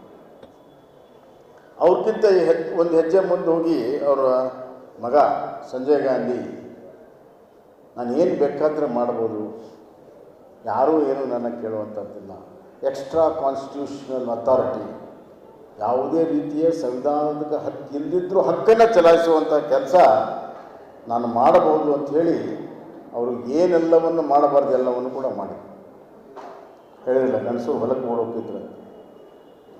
ಆ ಪರಿಸ್ಥಿತಿ ಈ ದೇಶದಲ್ಲಿತ್ತು. ಅವತ್ತು ತುರ್ತು ಪರಿಸ್ಥಿತಿ ಹೇರುವಂಥ ರಾತ್ರಿ ಮುಖ್ಯ ಅಡ್ವೈಸರೇ ಸಂಜಯ್ ಗಾಂಧಿ, ಇಂದಿರಾ ಗಾಂಧಿ. ಇಂದಿರಾ ಗಾಂಧಿಯವ್ರಿಗೆ ನೀನು ಉಳಿಬೇಕಾದ್ರೆ, ನೀನು ಪ್ರಧಾನಮಂತ್ರಿಯಾಗಿ ಮುಂದುವರಿಬೇಕಾದ್ರೆ, ನೀ ಪ್ರಧಾನಮಂತ್ರಿಯಾಗಿ ಮುಂದುವರಿಲಿಲ್ಲ ಅಂತಂದರೆ ನಿನ್ನನ್ನು ಈ ದೇಶದಲ್ಲಿ ಇಡೋದೆಲ್ಲ ಓಡಿಸ್ತಾರೆ, ನಮ್ಮನ್ನೆಲ್ಲ ಓಡಿಸ್ತಾರೆ. ಅದಕ್ಕೆ ನೀವು ಉಳಿಬೇಕು ಅಂತಂದ್ರೆ ಪ್ರಧಾನಮಂತ್ರಿ ಆಗಿರಬೇಕು. ಪ್ರಧಾನಮಂತ್ರಿ ಆಗಬೇಕಾದ್ರೆ ಎಮರ್ಜೆನ್ಸಿ ಡಿಕ್ಲೇರ್ ಮಾಡಲೇಬೇಕು. ಇದು ಅದರ ಹಿನ್ನೆಲೆ. ಫಕ್ರುದ್ದೀನ್ ಅಲಿ ಅಹ್ಮದ್ ಅಧ್ಯಕ್ಷ, ಪಾಪ ಅವನೇನು ಮಾಡ್ತಾನೆ, ರಬ್ಬರ್ ಸ್ಟ್ಯಾಂಪ್ ಓದ್ತಿದ್ದ ಅವನು. ಅದು ಹಿಂದಿನ ಕಥೆಯೆಲ್ಲ ಅವ್ರು ಹೇಳಿದೆ, ನಾನು ವಿವರಕ್ಕೆ ಹೋಗೋದಿಲ್ಲ. ಪತ್ರಿಕೆಗಳ ಸ್ವಾತಂತ್ರ್ಯವನ್ನು ಸಂಪೂರ್ಣವಾಗಿ ಹರಣ ಮಾಡಿದೆ. ನಮ್ಮ ಕರ್ನಾಟಕದ ಒಬ್ಬರು ಪತ್ರಕರ್ತರಿದ್ದರು, ವಿ ಎನ್ ಸುಬ್ರಾವ್ ಅಂತ. ಅವರು ಕನ್ನಡ ಪ್ರಭಕ್ಕೆ ಎಡಿಟರ್ ಇದ್ದರು, ಚೀಫ್ ರಿಪೋರ್ಟರ್ ಇದ್ದರು. ಅವರು ಖಾದ್ರಿ ಶಾಮಣ್ಣವರು ಎಡಿಟರ್ ಇದ್ದರು. ಖಾದ್ರಿ ಶಾಮಣ್ಣವರು ಗೋಯಂಕಾಗಿ ಫೋನ್ ಮಾಡಿದ್ರು, ಹಿಂಗಿದೆಯಲ್ಲ, ಪ್ರಿಂಟ್ ಮಾಡಿರಿ ಇವತ್ತು ಒಂದು ದಿವಸ ನೋಡೋಣ. ಇವರು ಟೈಪ್ ಮಾಡಿ ಪ್ರಿಂಟ್ ಮಾಡಿದ್ರಾಗ ಆಜ್ಞೆ ಬಂತು, ನೀವು ಪ್ರಿಂಟ್ ಮಾಡೋಂಗಿಲ್ಲ. ಸುಬ್ರಾವ್ ಕೇಳಿ ಏನಿಲ್ಲ ಅಂತ. ಇಲ್ಲ, ಈಗ ಹೊಸ ಕಾನೂನು ಬಂದಿದೆ, ದೇಶ ಕಗ್ಗತ್ತಲಲ್ಲಿದೆ, ಇವತ್ತಿನ ದೇಶದ ಭವಿಷ್ಯ ಸಂಪೂರ್ಣವಾಗಿ ಕತ್ತಲಲ್ಲಿದೆ, ನಾವು ಇದರ ವಿರುದ್ಧ ಹೋರಾಟವನ್ನು ಮಾಡಬೇಕು ಅಂಥೇಳಿ ಖಾದ್ರಿ ಶಾಮಣ್ಣವರು ಅವತ್ತೇ ಘೋಷಣೆಯನ್ನು ಮಾಡಿದರು. ಖಾದ್ರಿ ಶಾಮಣ್ಣವ್ರನ್ನೂ ಕೂಡ ಜೈಲಲ್ಲಿ ಹಾಕಿದರು. ಪತ್ರಿಕಾ ಎಡಿಟರನ್ನು, ಕನ್ನಡದ ಪ್ರಭ ಎಡಿಟರ್ನೂ ಕೂಡ ಜೈಲಿಗೆ ಹಾಕಿದರು. ಈಗ ಸಂವಿಧಾನ ಹಿಡ್ಕೊಂಡು ಓಡಾಡೋರು. ನಾನು ಒಂದು ಮಾತನ್ನು ಹೇಳಕ್ಕೆ ಇಚ್ಛೆಪಡ್ತೀನಿ. ಇಲ್ಲಿ ಗದಗ್ನಲ್ಲಿ ಸನ್ಮಾನ್ಯ ಎಚ್ ಕೆ ಪಾಟೀಲರು ಪಾರ್ಲಿಮೆಂಟ್ರಿ ಆ್ಯಂಡ್ ಲಾ ಮಿನಿಸ್ಟರ್ ಅದರಲ್ಪ ಎದ್ದು ಕುಂತಿಯಲ್ಲೋ, ಎಲ್ಲ ನೀವೇ ಹೇಳ್ಕೊಡೋದು ಅವ್ರಿಗೆ. ಪಾರ್ಲಿಮೆಂಟ್ರಿ ಲಾ ಮಿನಿಸ್ಟರ್ ಅದರ. ನಾನು ಇಷ್ಟೇ ಕೇಳ್ತೀನಿ, ಅವ್ರಿಗೇನು ಭಾಳ ದೊಡ್ಡ ವಿಚಾರ ಕೇಳೋದಿಲ್ಲ. ಅವ್ರಿಗೇನು ಕೇಳ್ತೀನಿ ಅಂತಂದ್ರೆ, ನೀವು ಲಾ ಆ್ಯಂಡ್ ಪಾರ್ಲಿಮೆಂಟ್ರಿ ಮಿನಿಸ್ಟರ್ ಇದ್ದೀರಿ, ಮೇಧಾವಿಗಳು, ಈ ಕ್ಯಾಬಿನೆಟ್ನಲ್ಲಿ ಅತ್ಯಂತ ಮೇಧಾವಿಗಳಂದ್ರೆ ನಮ್ಗೆ ಹೆಮ್ಮೆ. ನಮ್ಮ ಗದಗ ಜಿಲ್ಲೆಯವರು ಇದ್ದಾರಪ್ಪ. ಯಾಕಂದ್ರೆ ಅವ್ರು ಯಾವ್ಯಾವ ವಿಷಯ ತೆಗಿತಾರ ಅವುಗಳು ಎಲ್ಲೆಲ್ಲಿ ಹೋಗ್ತಾವೋ ಗೊತ್ತಿಲ್ಲ. ಕೃಷ್ಣೆ ಕಣ್ಣೀರು ಅಂದರು, ಅದು ಕಣ್ಣೀರು ಇನ್ನೂ ಹಂಗೆ ಇದೆ, ಅದು ಎಲ್ಲಿ ಹೋಗುತ್ತೋ ಗೊತ್ತಾಗಲಿಲ್ಲ. ಜಿಂದಾಲ್ ಲ್ಯಾಂಡ್ ಕೊಡಬಾರ್ದಂದ್ರು ಕೊಟ್ಟು, ಅವರೇ ಕ್ಯಾಬಿನೆಟ್ನಲ್ಲಿದ್ದರು, ಅವ್ರು ಕೊಟ್ಟು ಮುಗಿಸಿದ್ರು. ಈಗೇನೋ ಮೈನ್ ತೆಗೆದಿದ್ದಾರೆ, ಎಲ್ಲಿ ಹೊರಟು ಬರ್ತೈತೆ ನೋಡೋಣ. ಅವ್ರಿಗೆ ನಾವು ಒಂದೇ ಪ್ರಶ್ನೆ ಕೇಳ್ತೀವಿ, ನೀವು ಲಾ ಆ್ಯಂಡ್ ಪಾರ್ಲಿಮೆಂಟ್ರಿ ಆಗಿ ಎಮರ್ಜೆನ್ಸಿಯನ್ನು ನೀವು ಡಿಫೆಂಡ್ ಮಾಡ್ಕೊತೀರಾ? ಸಂವಿಧಾನ ಹಿಡ್ಕೊಂಡಿದ್ದೀರಲ್ಲ, ಎಮರ್ಜೆನ್ಸಿ ಡಿಕ್ಲೇರ್ ಮಾಡಿದ್ದು ಸಂವಿಧಾನಬದ್ಧವಾಗಿತ್ತಾ ಅಥವಾ ಸಂವಿಧಾನವನ್ನು ತಿರುಚಿ ಮಾಡಿದ್ರಾ? ಇದನ್ನು ನೀವು ಡಿಫೆಂಡ್ ಮಾಡ್ಕೊತೀರಾ? ನೀವು ತಾತ್ವಿಕವಾಗಿ ಪ್ರಜಾಪ್ರಭುತ್ವ, ವ್ಯಕ್ತಿ ಸ್ವಾತಂತ್ರ್ಯ, ಪತ್ರಿಕಾ ಸ್ವಾತಂತ್ರ್ಯ, ಸಮಾನತೆ, ಸಾಮಾಜಿಕ ನ್ಯಾಯ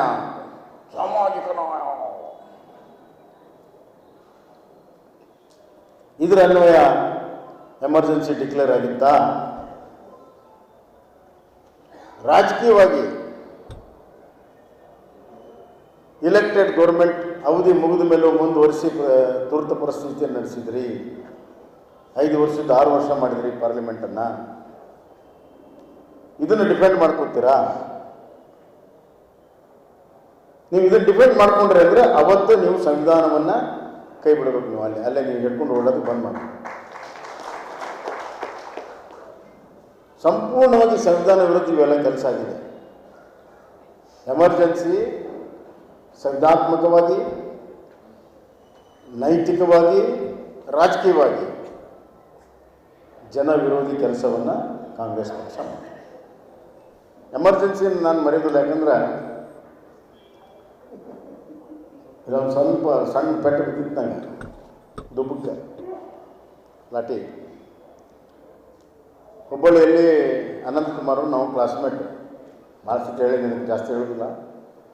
ನಮಗೊಂದು ಚಿಂತೆ ಆಗಿತ್ತು, ಇಡೀ ದೇಶದಾಗ ಎಮರ್ಜೆನ್ಸಿ ಇದ್ದರೂ ಹೋರಾಟ ನಡೀತಿತ್ತು, ನಮ್ಮದೇ ಇಲ್ಲಲ್ಲಪ್ಪ ಅಂತಂದು ಏನಾರ ಮಾಡಬೇಕು ಅಂತ ಹೇಳಿ ಸ್ಟ್ರೈಕ್ ಮಾಡಿದ್ವಿ. ಮುಂದಲ್ಲಿ ಸ್ಟ್ರೈಕ್ ಮಾಡಕಂತೇವೆ, ಹಿಂದೆ ಯಾರು ಅಲ್ಲಿ ಒಂದು 2 ಬಸ್ ಬೆಂಕಿ ಹಚ್ಬಿಟ್ರು. ತಗೊಂಡು ಪೊಲೀಸ್ ಲಾಠಿ ಚಾಲೂ ಮಾಡಿದರು. ನನಗೆ ಮೊದಲೇ ಗೊತ್ತಾಯ್ತು, ನಾನು ಭಾಳ ಇದು ಮಾಡಿ ಏನು ಮಾಡಿದ್ರು ಕೂಡ ಬೀಸ್ಬಿಟ್ಟ. ಅದು ಪುಣ್ಯಕ್ಕೆ ಅವ್ನ ಕೈಯಾಗಿರಲಿಲ್ಲ, ಕೈ ತಪ್ಪಿ ಆಮೇಲೆ ನನಗೆ ಬಿತ್ತದು. ನಮ್ಮ ಅನಂತಕುಮಾರ್ನವ್ರನ್ನ ಅರೆಸ್ಟ್ ಮಾಡಿ ಅವಾಗ ಪೊಲೀಸರು ಕಾಲೇಜ್ ಒಳಗಡೆನೆ ಬಂದು ಅರೆಸ್ಟ್ ಮಾಡ್ತಿದ್ರು. ಈಗ ಹಾಗಿಲ್ಲ. ಎಮರ್ಜೆನ್ಸಿಯ ಕರಾಳ ದಿನಗಳನ್ನು ನಾವು ನೋಡಿದ್ವಿ. ಚುಟ್ಟಾದ ಅಂಗಡಿಯಾಗ ಯಾರೂ ಮಾತಾಡೋಂಗಿಲ್ಲ. ಈಗೆಲ್ಲ ನಿಂದಿರ್ತಾರಲ್ಲ, ಗ್ಯಾಂಗ್ ಕಟ್ಕೊಂಡು ಚಾ ಕುಡ್ಕೊಂತ, ಅವೆಲ್ಲ ಏನಿಲ್ಲ ಇಲ್ಲ. ಆಮೇಲೆ ಇವರು ರಾತ್ರಿ 12 ಗಂಟೆ ಮಟ್ಟಕ್ಕೆ ಮುಂದೆ ನಿಂದಿರ್ತಾರಲ್ಲ, ಅವಾಗ ಇದ್ದಿದ್ದಿಲ್ಲ ಅವರು. ಹೀಗೆ ಸಂಪೂರ್ಣವಾಗಿ ಸ್ತಬ್ಧವನ್ನು ಮಾಡಿದ್ರು. ಎಷ್ಟು ಕೊಲೆಗಳು, ಸಾವಿರಾರು ಜನ ಸತ್ರು. ಯಾಕಂತ ಕೇಳಿಲ್ಲ. ಮೀಸಾದಲ್ಲಿ ಒಳಗಡೆ ಹಾಕಿಬಿಟ್ರೆ ನೀವು ಕೇಳಂಗೇ ಇಲ್ಲ, ಕೋರ್ಟಿಗೆ ಹೋಗಂಗಿಲ್ಲ, ಕೇಳಂಗೇ ಇಲ್ಲ. Maintenance of internal security act ಅಂತ. ಲಾಲೂ ಪ್ರಸಾದ್ ಯಾದವ್ ತನ್ನ ಮಗಳಿಗೆ ಮೀಸಾ ಅಂತ ಹೆಸರಿಟ್ಟ. ಯಾಕಂದರೆ ಎಮರ್ಜೆನ್ಸಿಯಾಗಿ ಹುಟ್ಟಿದ್ದಕ್ಕೆ. ಇವು ಮೀಸಾದಾಗ ಜೈಲ್ನಾಗಿದ್ದ. ಕಾಂಗ್ರೆಸ್ನವರು ಅವ್ನು ಜೈಲ್ನಾಗ ಹಾಕಿದ್ರು ಮೀಸಾದಲ್ಲಿ. ಆ ನೆನಪಿಗಾಗಿ ಅವತ್ತು ಹುಟ್ಟಿದ್ಲು, ಆ ನೆನಪಿಗಾಗಿ ಮೀಸಾ ಅಂತ ಅವ್ರ ಮಗಳಿಗೆ ಹೆಸರಿಟ್ಟಲ್ಲ. ಈಗ ಅದೇ ಕಾಂಗ್ರೆಸ್ ಜೊತೆಗೆ ಸೇರಿ ಅಧಿಕಾರಕ್ಕೆ ರಾಜಕಾರಣ ಮಾಡ್ತಾರೆ. ಈ ದೇಶದ ದುರ್ದೈವ. ಯಾರು ಎಮರ್ಜೆನ್ಸಿ ವಿರುದ್ಧ ಹೋರಾಟ ಮಾಡಿದ್ರು, ಯಾರು ಎಮರ್ಜೆನ್ಸಿಯಲ್ಲಿ ಅವ್ರನ್ನ ಒಳಗಡೆ ಹಾಕಿದ್ರು ವರ್ಷಾನುಗಟ್ಟಲೆ, ಅವ್ರ ವಿರುದ್ಧ ನೀವು ಕೈ ಮಿಲಾಯಿಸ್ತಿರಲ್ಲ, ನಿಮ್ಗೆ ನಾಚಿಕೆ ಚರ್ಮ ಏನಾದ್ರು ಇದೆಯಾ? ಇವತ್ತು ಮೀಸಾ ಅಡಿಯಲ್ಲಿ ಸಾವಿರಾರು ಜನ ಒಳಗಡೆ ಹೋಗಿದ್ರು. ಅದರಲ್ಲಿ 70% ಜನಸಂಖ್ಯೆದವರು. ಸುಮಾರು ಮೀಸಾ ಅಡಿಯಲ್ಲಿ 66,000 ಜನರನ್ನು ಮೀಸಾ ಅಡಿಯಲ್ಲಿ ಹಾಕಿದ್ರು.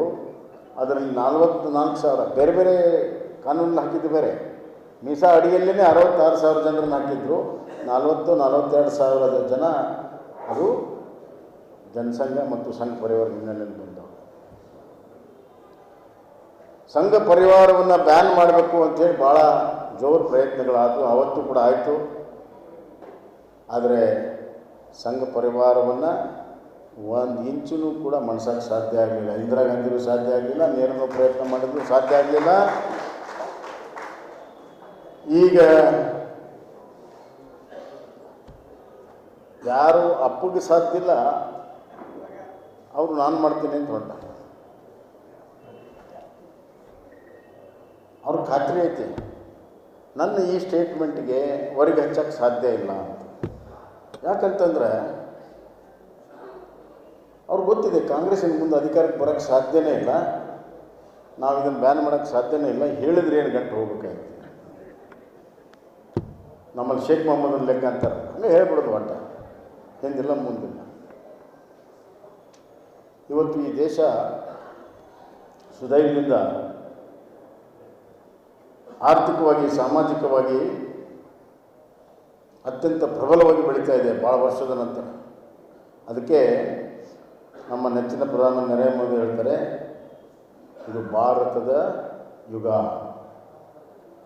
ಇದು ಭಾರತದ ಯುಗ. ಅದು ಎಮರ್ಜೆನ್ಸಿ ಸಂವಿಧಾನವನ್ನು ಕೊಲೆಗೈದ ಅತ್ಯಂತ ಕರಾಳ ಯುಗ. ಇದು ಭಾರತವನ್ನು ಉತ್ತಂಗಕ್ಕೆ ಇರುವಂಥ, ಭಾರತಕ್ಕೆ ಸೂರ್ಯಪ್ರಕಾಶ ಇರುವಂಥ ಒಂದು ಅಭಿವೃದ್ಧಿಶೀಲವಾಗಿರುವಂಥ ಒಂದು ಅದ್ಭುತವಾಗಿರುವಂಥ ಭಾರತದ ಯುಗ. ಇನ್ನೊಂದು ಮಾತನ್ನು ಹೇಳ್ತಾರೆ ಅವರು, अब की समय यही सही समय है, यही समय सही समय है. ಅಂದರೆ ಇದೇ ಸಮಯ ಭಾರತವನ್ನು ಎತ್ತರಕ್ಕೆ ಒಯ್ದು ಇದೇ ಸಹಿ ಸಮಯ ಬಿಡೋದು ಬೇಡ, ಮಾಡೋಣ. ಇನ್ನೊಂದು ಮಾತನ್ನು ಅವ್ರು ಹೇಳ್ತಾರೆ, ಇನ್ನೊಂದು ಮಾತನ್ನು ಅವ್ರು ಹೇಳೋದಿಲ್ಲ, ನಾವು ಹೇಳ್ತೀವಿ ಅವ್ರ ಪರವಾಗಿ. ಏನ್ರಿ ಅದು, जो नामुमकिन है मोदी है तो मुमकिन है, ಮೋದಿ है तो मुमकिन है. ಯಾವುದು ಅಸಾಧ್ಯ ಅಂತಿದ್ರು ಅದನ್ನು ಸಾಧ್ಯ ಮಾಡಿ ತೋರಿಸಿದ್ದಾರೆ ಮೋದಿಯವರು. ಜನಸಂಖ್ಯೆ ಒಂದು ಭಾಳ ದೊಡ್ಡ ಒಂದು ಹೊರೆ, ದೇಶದ ಪ್ರಗತಿಗೆ ಆತಂಕ. ಜನಸಂಖ್ಯೆ ನಿಯಂತ್ರಣ ಮಾಡಬೇಕು. ನಾವು ಇಬ್ಬರು, ನಮಗಿಬ್ಬರು ಗೋಡೆ ಮೇಲೆಲ್ಲ ಬರೀತಿದ್ರು ಅವರು. ಅದನ್ನು ಕೇಳಿ ಈಗ ನಾವು ಇಬ್ಬರು ನಮಗೊಬ್ಬರು ಅಂತಂದು ಈಗ ನಡೆದೈತೆ. ಆದರೆ ಜನಸಂಖ್ಯೆನೇ ನಮ್ಮ ದೇಶದ ಆಸ್ತಿ. Skilled population is democratic dividend. ಜನಸಂಖ್ಯೆಯಿಂದಲೇ ನಮ್ಮ ದೇಶವನ್ನು ಗಟ್ಟಿಗೊಳಿಸೋಕ್ಕೆ ಸಾಧ್ಯ. ಅತಿ ದೊಡ್ಡ ಮಾರುಕಟ್ಟೆ, ಅತಿ ದೊಡ್ಡ ಟ್ಯಾಲೆಂಟ್ ಇರುವಂಥ ಹ್ಯೂಮನ್ ರಿಸೋರ್ಸಸ್ ಕೆಲಾಮಿಟಿಯನ್ನು ಅಪರ್ಚುನಿಟಿಯಾಗಿ ಬದಲಾವಣೆ ಮಾಡುವಂಥದ್ದು, ಆತಂಕವನ್ನು ಅವಕಾಶವಾಗಿ ಬದಲಾವಣೆ ಮಾಡುವಂಥ ಏಕಮೇವ ನಾಯಕ ಭಾರತಕ್ಕೆ ಸಿಕ್ಕಿದ್ರು ಅದು ನರೇಂದ್ರ ಮೋದಿ. ಜನಸಂಖ್ಯೆಯನ್ನು ಇವತ್ತು ಒಂದು ದೊಡ್ಡ ಭಾರತದ ಆಸ್ತಿಯಾಗಿ ಪರಿವರ್ತನೆಯನ್ನು ಮಾಡಿದ್ದಾರೆ. ಇನ್ನೊಂದವ್ರು ಮಾಡಿದ್ದು ಬಡತನ ನಿರ್ಮೂಲನೆ. ಹೇಳಿದ್ರಲ್ಲ, ಗರೀಬಿ ಹಟಾವ್, ಗರೀಬಿ ಹಟಾವ್. 25 ಕೋಟಿ ಜನರನ್ನ ಬಡತನ ರೇಖೆಯಿಂದ ಮೇಲೆ ತಂದಿದ್ದಾರೆ. ಇದು ಬರೀ ನಾವು ಭಾರತದವರು ಅಷ್ಟೇ ಹೇಳ್ತಾ ಇಲ್ಲ, ವಿದೇಶದ ಸಂಸ್ಥೆಗಳು ಬಂದೆಲ್ಲ ನೋಡ್ಕೊಂಡು ಹೋಗಿದ್ದಾರೆ. ಅದಕ್ಕಾಗಿ ವಿದೇಶದಲ್ಲಿ ಇವತ್ತು ನರೇಂದ್ರ ಮೋದಿ ಬಗ್ಗೆ ಗೌರವ. ಬಡತನ ಒಂದು ದೊಡ್ಡ ಹೊರೆ, ಬಡತನ ಶಾಪ, ಬಡವರ ದೇಶ, ಭಿಕ್ಷುಕರ ದೇಶ ಅಂತ ಹೀಯಾಳಿಸಿ ಕಳಿಸ್ಕೊಂಡು ನಾವು 50-55 ವರ್ಷ ಕಾಂಗ್ರೆಸ್ ಆಡಳಿತದಲ್ಲಿ ಭಾರತ ಮಾತೆ ಕುಕ್ಕಿ ಹೋಗಿಬಿಟ್ಟಿತ್ತು. ಆ ಕುಕ್ಕಿ ಹೋಗಿರುವಂಥ ಭಾರತವನ್ನು ಎತ್ತಿ ಹಿಡಿದು ಇವತ್ತು ಭಾರತ ಬಡವರ ದೇಶ ಅಲ್ಲ, ಭಾರತ ಬಲಿಷ್ಠ ದೇಶ, ಬಲಿಷ್ಠ ರಾಷ್ಟ್ರ ಅನ್ನೋದನ್ನು ಇವತ್ತು ನರೇಂದ್ರ ಮೋದಿಯವರು ಮಾಡಿದ್ದಾರೆ. ಇಷ್ಟೆಲ್ಲ ಮಾಡುವಂತಹ ಸಂದರ್ಭದಲ್ಲಿ ಪ್ರಜಾಪ್ರಭುತ್ವ ಭಾಳ ಅವಶ್ಯಕತೆ ಇದೆ. 130 ಕೋಟಿ ಜನಸಂಖ್ಯೆ, ವಿವಿಧ ಭಾಷೆ, ವಿವಿಧ ಸಂಸ್ಕೃತಿ, ವಿವಿಧ ವೈಚಾರಿಕ ವಿಚಾರಗಳು, ಅದರ ಮಧ್ಯನೂ ಕೂಡ ಸಮನ್ವಯನ ಸಾಧಿಸಿ ದೇಶವನ್ನು ನಡೆಸುವಂಥದ್ದು ಅಷ್ಟು ಸುಲಭ ಅಲ್ಲ. ದೇವರ ಆಶೀರ್ವಾದ ಇದ್ದರೆ ಮಾತ್ರ ಮಾಡೋಕ್ಕೆ ಸಾಧ್ಯ. ಅಂತ ಆಶೀರ್ವಾದ ಇವತ್ತು ನರೇಂದ್ರ ಮೋದಿ. ಕರ್ನಾಟಕದಲ್ಲಿರುವಂಥ ಅತ್ಯಂತ ದರಿದ್ರ ಸರ್ಕಾರ ಇವತ್ತು, ಆರ್ಥಿಕವಾಗಿ ದರಿದ್ರ ಇದೆ. ರೈತರಿಗೆ ಮಳೆ ಜಾಸ್ತಿ ಆದರೆ ಪರಿಹಾರ ಕೊಡೋಕ್ಕೆ ದುಡ್ಡಿಲ್ಲ ಇವ್ರ ಹತ್ರ. ಕಳೆದ 1.5 ವರ್ಷದಿಂದ ಮಳೆ ಬಿದ್ದು ನುಕ್ಸಾನಾಗಿದೆ. ಒಬ್ಬ ರೈತರಿಗೆ ಒಂದು ನಯಾ ಪೈಸೆ ಕೊಡಲಿಲ್ಲ ಇವರು. ದರಿದ್ರ ಸರ್ಕಾರ. ಶಾಲಾ ಮಕ್ಕಳಿಗೆ ಶೂಸ್ ಕೊಡೋಕ್ಕೆ ದುಡ್ಡಿಲ್ಲ, ಪಾಟಿ ಚೀಲ ಕೊಡೋಕ್ಕೆ ದುಡ್ಡಿಲ್ಲ. ದರಿದ್ರ ಸರ್ಕಾರ. ಆಸ್ಪತ್ರೆಯಲ್ಲಿ ಔಷಧಿ ಇಲ್ಲ, ದರಿದ್ರ ಸರ್ಕಾರ. ನಮ್ಮ ಜನ ಔಷಧಿ ಕೇಂದ್ರವನ್ನು ತೆಗಿತೇವೆ ಅಂತ ಹೇಳ್ತಾರೆ. ಅತ್ಯಂತ ದರಿದ್ರ ಸರ್ಕಾರ. ಸರ್ಕಾರಿ ನೌಕರರು, ಗುತ್ತಿಗೆ ನೌಕರರಿಗೆ ಸ್ಯಾಲ್ರಿ ಕೊಡೋಕ್ಕೆ ಸಾಧ್ಯ ಇಲ್ಲ. 108 ಆಂಬ್ಯುಲೆನ್ಸ್ನ ಡ್ರೈವರ್ಗೆ ಇವತ್ತು ಪಗಾರ ಕೊಟ್ಟಿಲ್ಲ. ಇವತ್ತು ನಾನು ಹಾವೇರಿಯಲ್ಲಿದ್ದೆ ಸಾಹೇಬ್ರ, NREGA ನಡೆಸುವಂಥ ನೌಕರರೇನಿದ್ದಾರೆ, NREGA ಮಾಡುವಂಥ ನೌಕರರು, ಅವ್ರಿಗೆ ಸ್ಯಾಲ್ರಿ ಕೊಟ್ಟಿಲ್ಲ. 6 ತಿಂಗಳಿಗೆ ಕೇಂದ್ರ ಸರ್ಕಾರ ಅವ್ರ ಸ್ಯಾಲ್ರಿ ಕಾಂಪೋನೆಂಟ್ ಆಗಲಿ ಕಳಿಸ್ಬಿಟ್ಟಿದೆ. ಅದನ್ನು ಇವರು ಬೇರೆದಕ್ಕೆಲ್ಲ ಬಳಕೆ ಮಾಡಿದ್ದಾರೆ. ಸಾಫ್ಟ್ವೇರ್ ನೆಪ ಹೇಳಿ ಇವತ್ತು ಕೊಟ್ಟಿಲ್ಲ. ಅದು ಸುಳ್ಳು ಹೇಳೋದಂತೂ ಭಾಳ ಸುಲಭ. ಇದೊಂದು ದರಿದ್ರ ಸರ್ಕಾರ. ತಮ್ಮ ಆಂತರಿಕ ಜಗಳ ಯಾವ ಮುಖ್ಯಮಂತ್ರಿ ಆಗ್ತಾನಾಗಲಿ ನಮ್ಗೇನಾಗಬೇಕಾಗಿದೆ. ಇವತ್ತಿನ ಸ್ಥಿತಿ ಹೆಂಗೆ ಬಂದಿದೆ ಕರ್ನಾಟಕ ಜನರದ್ದು ಮನಸ್ಥಿತಿ ಅಂದರೆ ಹೊಚ್ಚು ಹಾಸು.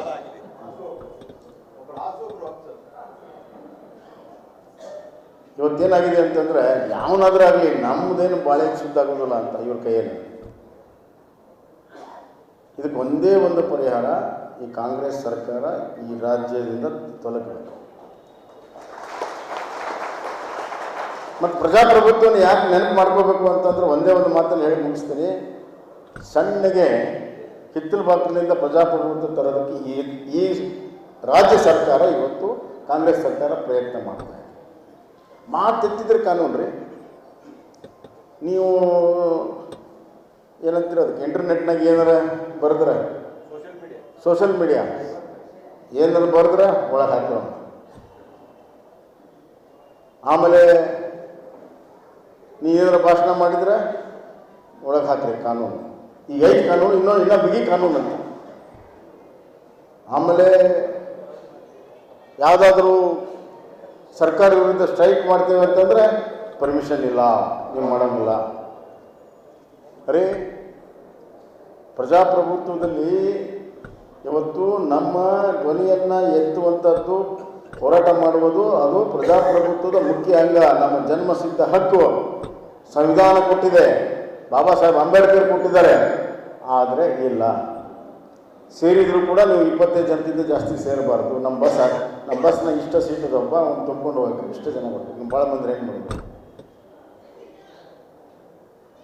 ವಿಚಿತ್ರವಾಗಿರುವಂಥ ಪರಿಸ್ಥಿತಿ. ಎಲ್ಲ ಮಂತ್ರಿಗಳನ್ನು ಸರಿಯಾಗಿ ತನಿಖೆ ಮಾಡಿದ್ರೆ ಎಲ್ಲರೂ ಕೂಡ ಅಪರಾಧಿ ಸ್ಥಾನದಲ್ಲಿ ನಿಲ್ತಾರೆ ಇವರು ಒಂದಲ್ಲ ಒಂದು ರೀತಿಯಲ್ಲಿ. PWD ಕಾಂಟ್ರಾಕ್ಟರ್ ಹೇಳಿದ್ರು ಸಿಕ್ಕಾಪಟ್ಟಿ ಭ್ರಷ್ಟಾಚಾರ ಆಗಿದೆ, 50-60% ಆಗಿದೆ. KB ಕಾಂಟ್ರಾಕ್ಟರ್ ಹೇಳಿದ್ರು ಅದು 500 ರೂಪಾಯಿ ಇದ್ದಿದ್ದ ಮೀಟ್ರನ್ನ ಇವರು 8,000-10,000 ಮಾಡಕತ್ತರ, ಭ್ರಷ್ಟಾಚಾರ ಇದೆ ಇದರಲ್ಲಿ ಅಂತ. ಲಿಕ್ಕರ್ ಮಾರೋರು ಹೇಳಿದ್ರು ಸಿಕ್ಕಾಪಟ್ಟಿ ಹ್ಯಾರಾಸ್ಮೆಂಟ್ ಇದೆ, ದುಡ್ಡು ಕೇಳ್ತಾ ಇದ್ದಾರೆ ಅಂತ. ಎಲ್ಲ ಅಸೋಸಿಯೇಷನ್ದವರು ಇವತ್ತು ಓಪನ್ ಆಗಿ ಹೇಳಿದ್ದಾರೆ. ಆದರೆ ನಾಚಿಕೆ ಚರ್ಮ ಇಲ್ಲದಿರಂಥ ಈ ಸರ್ಕಾರ ಮುಂದುವರಿತಾ ಇದೆ. ನಮ್ಮ ಹಕ್ಕುಗಳನ್ನು ಕಿತ್ಕೊಳ್ಳುವಂಥ ಪ್ರಯತ್ನ ಮಾಡ್ತದೆ. ಇದರ ವಿರುದ್ಧ ಹೋರಾಟವನ್ನು ಮಾಡಬೇಕು, ಅದಕ್ಕೆ ಸನ್ನದ್ಧರಾಗಬೇಕು. ನಮ್ಮ ಅಭಿವ್ಯಕ್ತ ಸ್ವಾತಂತ್ರ್ಯವನ್ನು, ಪ್ರಜಾಪ್ರಭುತ್ವದ ಉಳಿವಿಗಾಗಿ ಅಭಿವ್ಯಕ್ತ ಸ್ವಾತಂತ್ರ್ಯ ಬಹಳ ಮುಖ್ಯ. ಅದನ್ನು ಉಳಿಸ್ಕೊಳ್ಳೋ ಸಲುವಾಗಿ, ನಮ್ಮ ಹಕ್ಕುಗಳನ್ನು ಉಳಿಸ್ಕೊಳ್ಳೋ ಸಲುವಾಗಿ, ನಮ್ಮ ಹಕ್ಕಿಗಾಗಿ ಹೋರಾಟ ಮಾಡುವಂಥದ್ದನ್ನು ಉಳಿಸ್ಕೊಳ್ಳೋ ಸಲುವಾಗಿ, ಈ ರಾಜ್ಯವನ್ನು ಉಳಿಸೋ ಸಲುವಾಗಿ ನಾವು ಹೋರಾಟ ಮಾಡಬೇಕು. ಅದಕ್ಕಾಗಿ ಎಮರ್ಜೆನ್ಸಿ ವಿರುದ್ಧ ಹೋರಾಟ ಮಾಡಿದಂಥ ನಮ್ಮ ಹಿರಿಯರು 18 ತಿಂಗಳು 20 ತಿಂಗಳು ಜೈಲಿನಲ್ಲಿದ್ದರೂ ಕೂಡ ಅವರು ಬಗ್ಗಲಿಲ್ಲ, ಜಗ್ಲಿಲ್ಲ, ಗಟ್ಟಿಯಾಗಿ ನಿಂತರು. ಅದಕ್ಕೆ ಇವತ್ತು ಪ್ರಜಾಪ್ರಭುತ್ವ ಉಳಿದಿದೆ. ಅದು ನಮಗೆ ಸ್ಫೂರ್ತಿ. ಎಷ್ಟೋ ಜನಕ್ಕೆ ಕಾಯಿಲೆ ಬಂತು, ಎಷ್ಟೋ ಜನಕ್ಕೆ ತೊಂದರೆ ಆಯಿತು, ಆದರೆ ಅವ್ರು ಜಗ್ಲಿಲ್ಲ, ಬಗ್ಲಿಲ್ಲ. ಇಂದಿರಾ ಗಾಂಧಿಯ ಸರ್ವಾಧಿಕಾರದ ವಿರುದ್ಧ ಅವರು ಹೋರಾಟವನ್ನು ಮಾಡಿದರು. ಅವತ್ತು ನಡೆದಂಥ 77ರ ಚುನಾವಣೆ, ಅವತ್ತು ಯಾವುದೂ ಎಲ್ಲ ಪಕ್ಷಗಳೆಲ್ಲ ಬೇರೆ ಬೇರೆ ಆಗಿದ್ವಲ್ಲ, ಒಂದಾದ್ಮೇಲೆ ಸಮಯನೇ ಇರಲಿಲ್ಲ. ಜನನೇ ಇವತ್ತು ಚುನಾವಣೆಯನ್ನು ಮಾಡಿದರು. ಒಂದು ರೀತಿಯಲ್ಲಿ ರಾಜ್ಯಶಕ್ತಿ ವಿರುದ್ಧ ಪ್ರಜಾಶಕ್ತಿ ಹೋರಾಟ ಇತ್ತು ಅವತ್ತು ಚುನಾವಣೆಯಲ್ಲಿ. ಆ ರಾಜ್ಯಶಕ್ತಿ ಪ್ರಜಾಶಕ್ತಿಯ ಹೋರಾಟದಲ್ಲಿ ಪ್ರಜಾಶಕ್ತಿನ ಗೆದ್ದು ಹೊರತಾಗಿ ರಾಜ್ಯಶಕ್ತಿ ಗೆಲ್ಲಿಲ್ಲ. ಅದಕ್ಕಾಗಿ ಪ್ರಜಾಪ್ರಭುತ್ವ ಉಳಿದಿದೆ. ಮತ್ತೊಮ್ಮೆ ಈ ರಾಜ್ಯದಲ್ಲಿ ಸುಭಿಕ್ಷ ರಾಜ್ಯವನ್ನು ಮಾಡಬೇಕು. ಪ್ರಜಾಪ್ರಭುತ್ವ ಹಕ್ಕುಗಳನ್ನು ಉಳಿಸ್ಕೊಳ್ಳೋ ಸಲುವಾಗಿ, ನಮ್ಮ ಅಭಿವ್ಯಕ್ತ ಸ್ವಾತಂತ್ರ್ಯವನ್ನು ಉಳಿಸ್ಕೊಳ್ಳೋ ಸಲುವಾಗಿ ಬರುವಂಥ ದಿನಗಳಲ್ಲಿ ಮತ್ತೆ ಸಂಘರ್ಷ ಆಗ್ತದೆ. ರಾಜ್ಯಶಕ್ತಿ ಮತ್ತು ಪ್ರಜಾಶಕ್ತಿಯ ನಡುವೆ ಈ ರಾಜ್ಯದಲ್ಲಿ ಸಂಘರ್ಷ ಆಗೇ ಇರ್ತದೆ. ಮತ್ತೆ ಯಾವಾಗ ರಾಜ್ಯ ಶಕ್ತಿ ಮತ್ತು ಪ್ರಜಾಶಕ್ತಿಯ ಸಂಘರ್ಷ ಆಗಿದೆ, ಆವಾಗ ಜನಶಕ್ತಿನೇ ಗೆದ್ದಿದೆ, ಪ್ರಜಾಶಕ್ತಿನೇ ಗೆದ್ದಿದೆ, ಹೊರತಾಗಿ ರಾಜ್ಯಶಕ್ತಿ ಅಲ್ಲ. ಹೀಗಾಗಿ ಆ ಒಂದು ಎಮರ್ಜೆನ್ಸಿಯ ಸ್ಫೂರ್ತಿ ಹೋರಾಟದ, ಅದರ ವಿರುದ್ಧ ಹೋರಾಟದ ಸ್ಫೂರ್ತಿ ಕಿಚ್ಚು ಇನ್ನು ನಮ್ಮ ಎದೆಯೊಳಗಿದೆ, ನಮ್ಮ ಹಿರಿಯರು ಮಾಡಿರುವಂಥದ್ದು ನಮ್ಮ ಇವತ್ತಿನ ಪೀಳಿಗೆಗೂ ಇದೆ. ಆ ಸಂಕಲ್ಪವನ್ನು ಮಾಡಿ ಮುನ್ನಡೆಯೋಣ. ಅವತ್ತು ಅವ್ರು ಕರ್ತವ್ಯ ಮಾಡಿದ್ರು, ಇವತ್ತು ನಮ್ಮ ಕರ್ತವ್ಯವನ್ನು ನಾವು ಮಾಡೋಣ. ಧನ್ಯವಾದಗಳು. ಬೋಲೋ ಭಾರತ್ ಮಾತಾ ಕಿ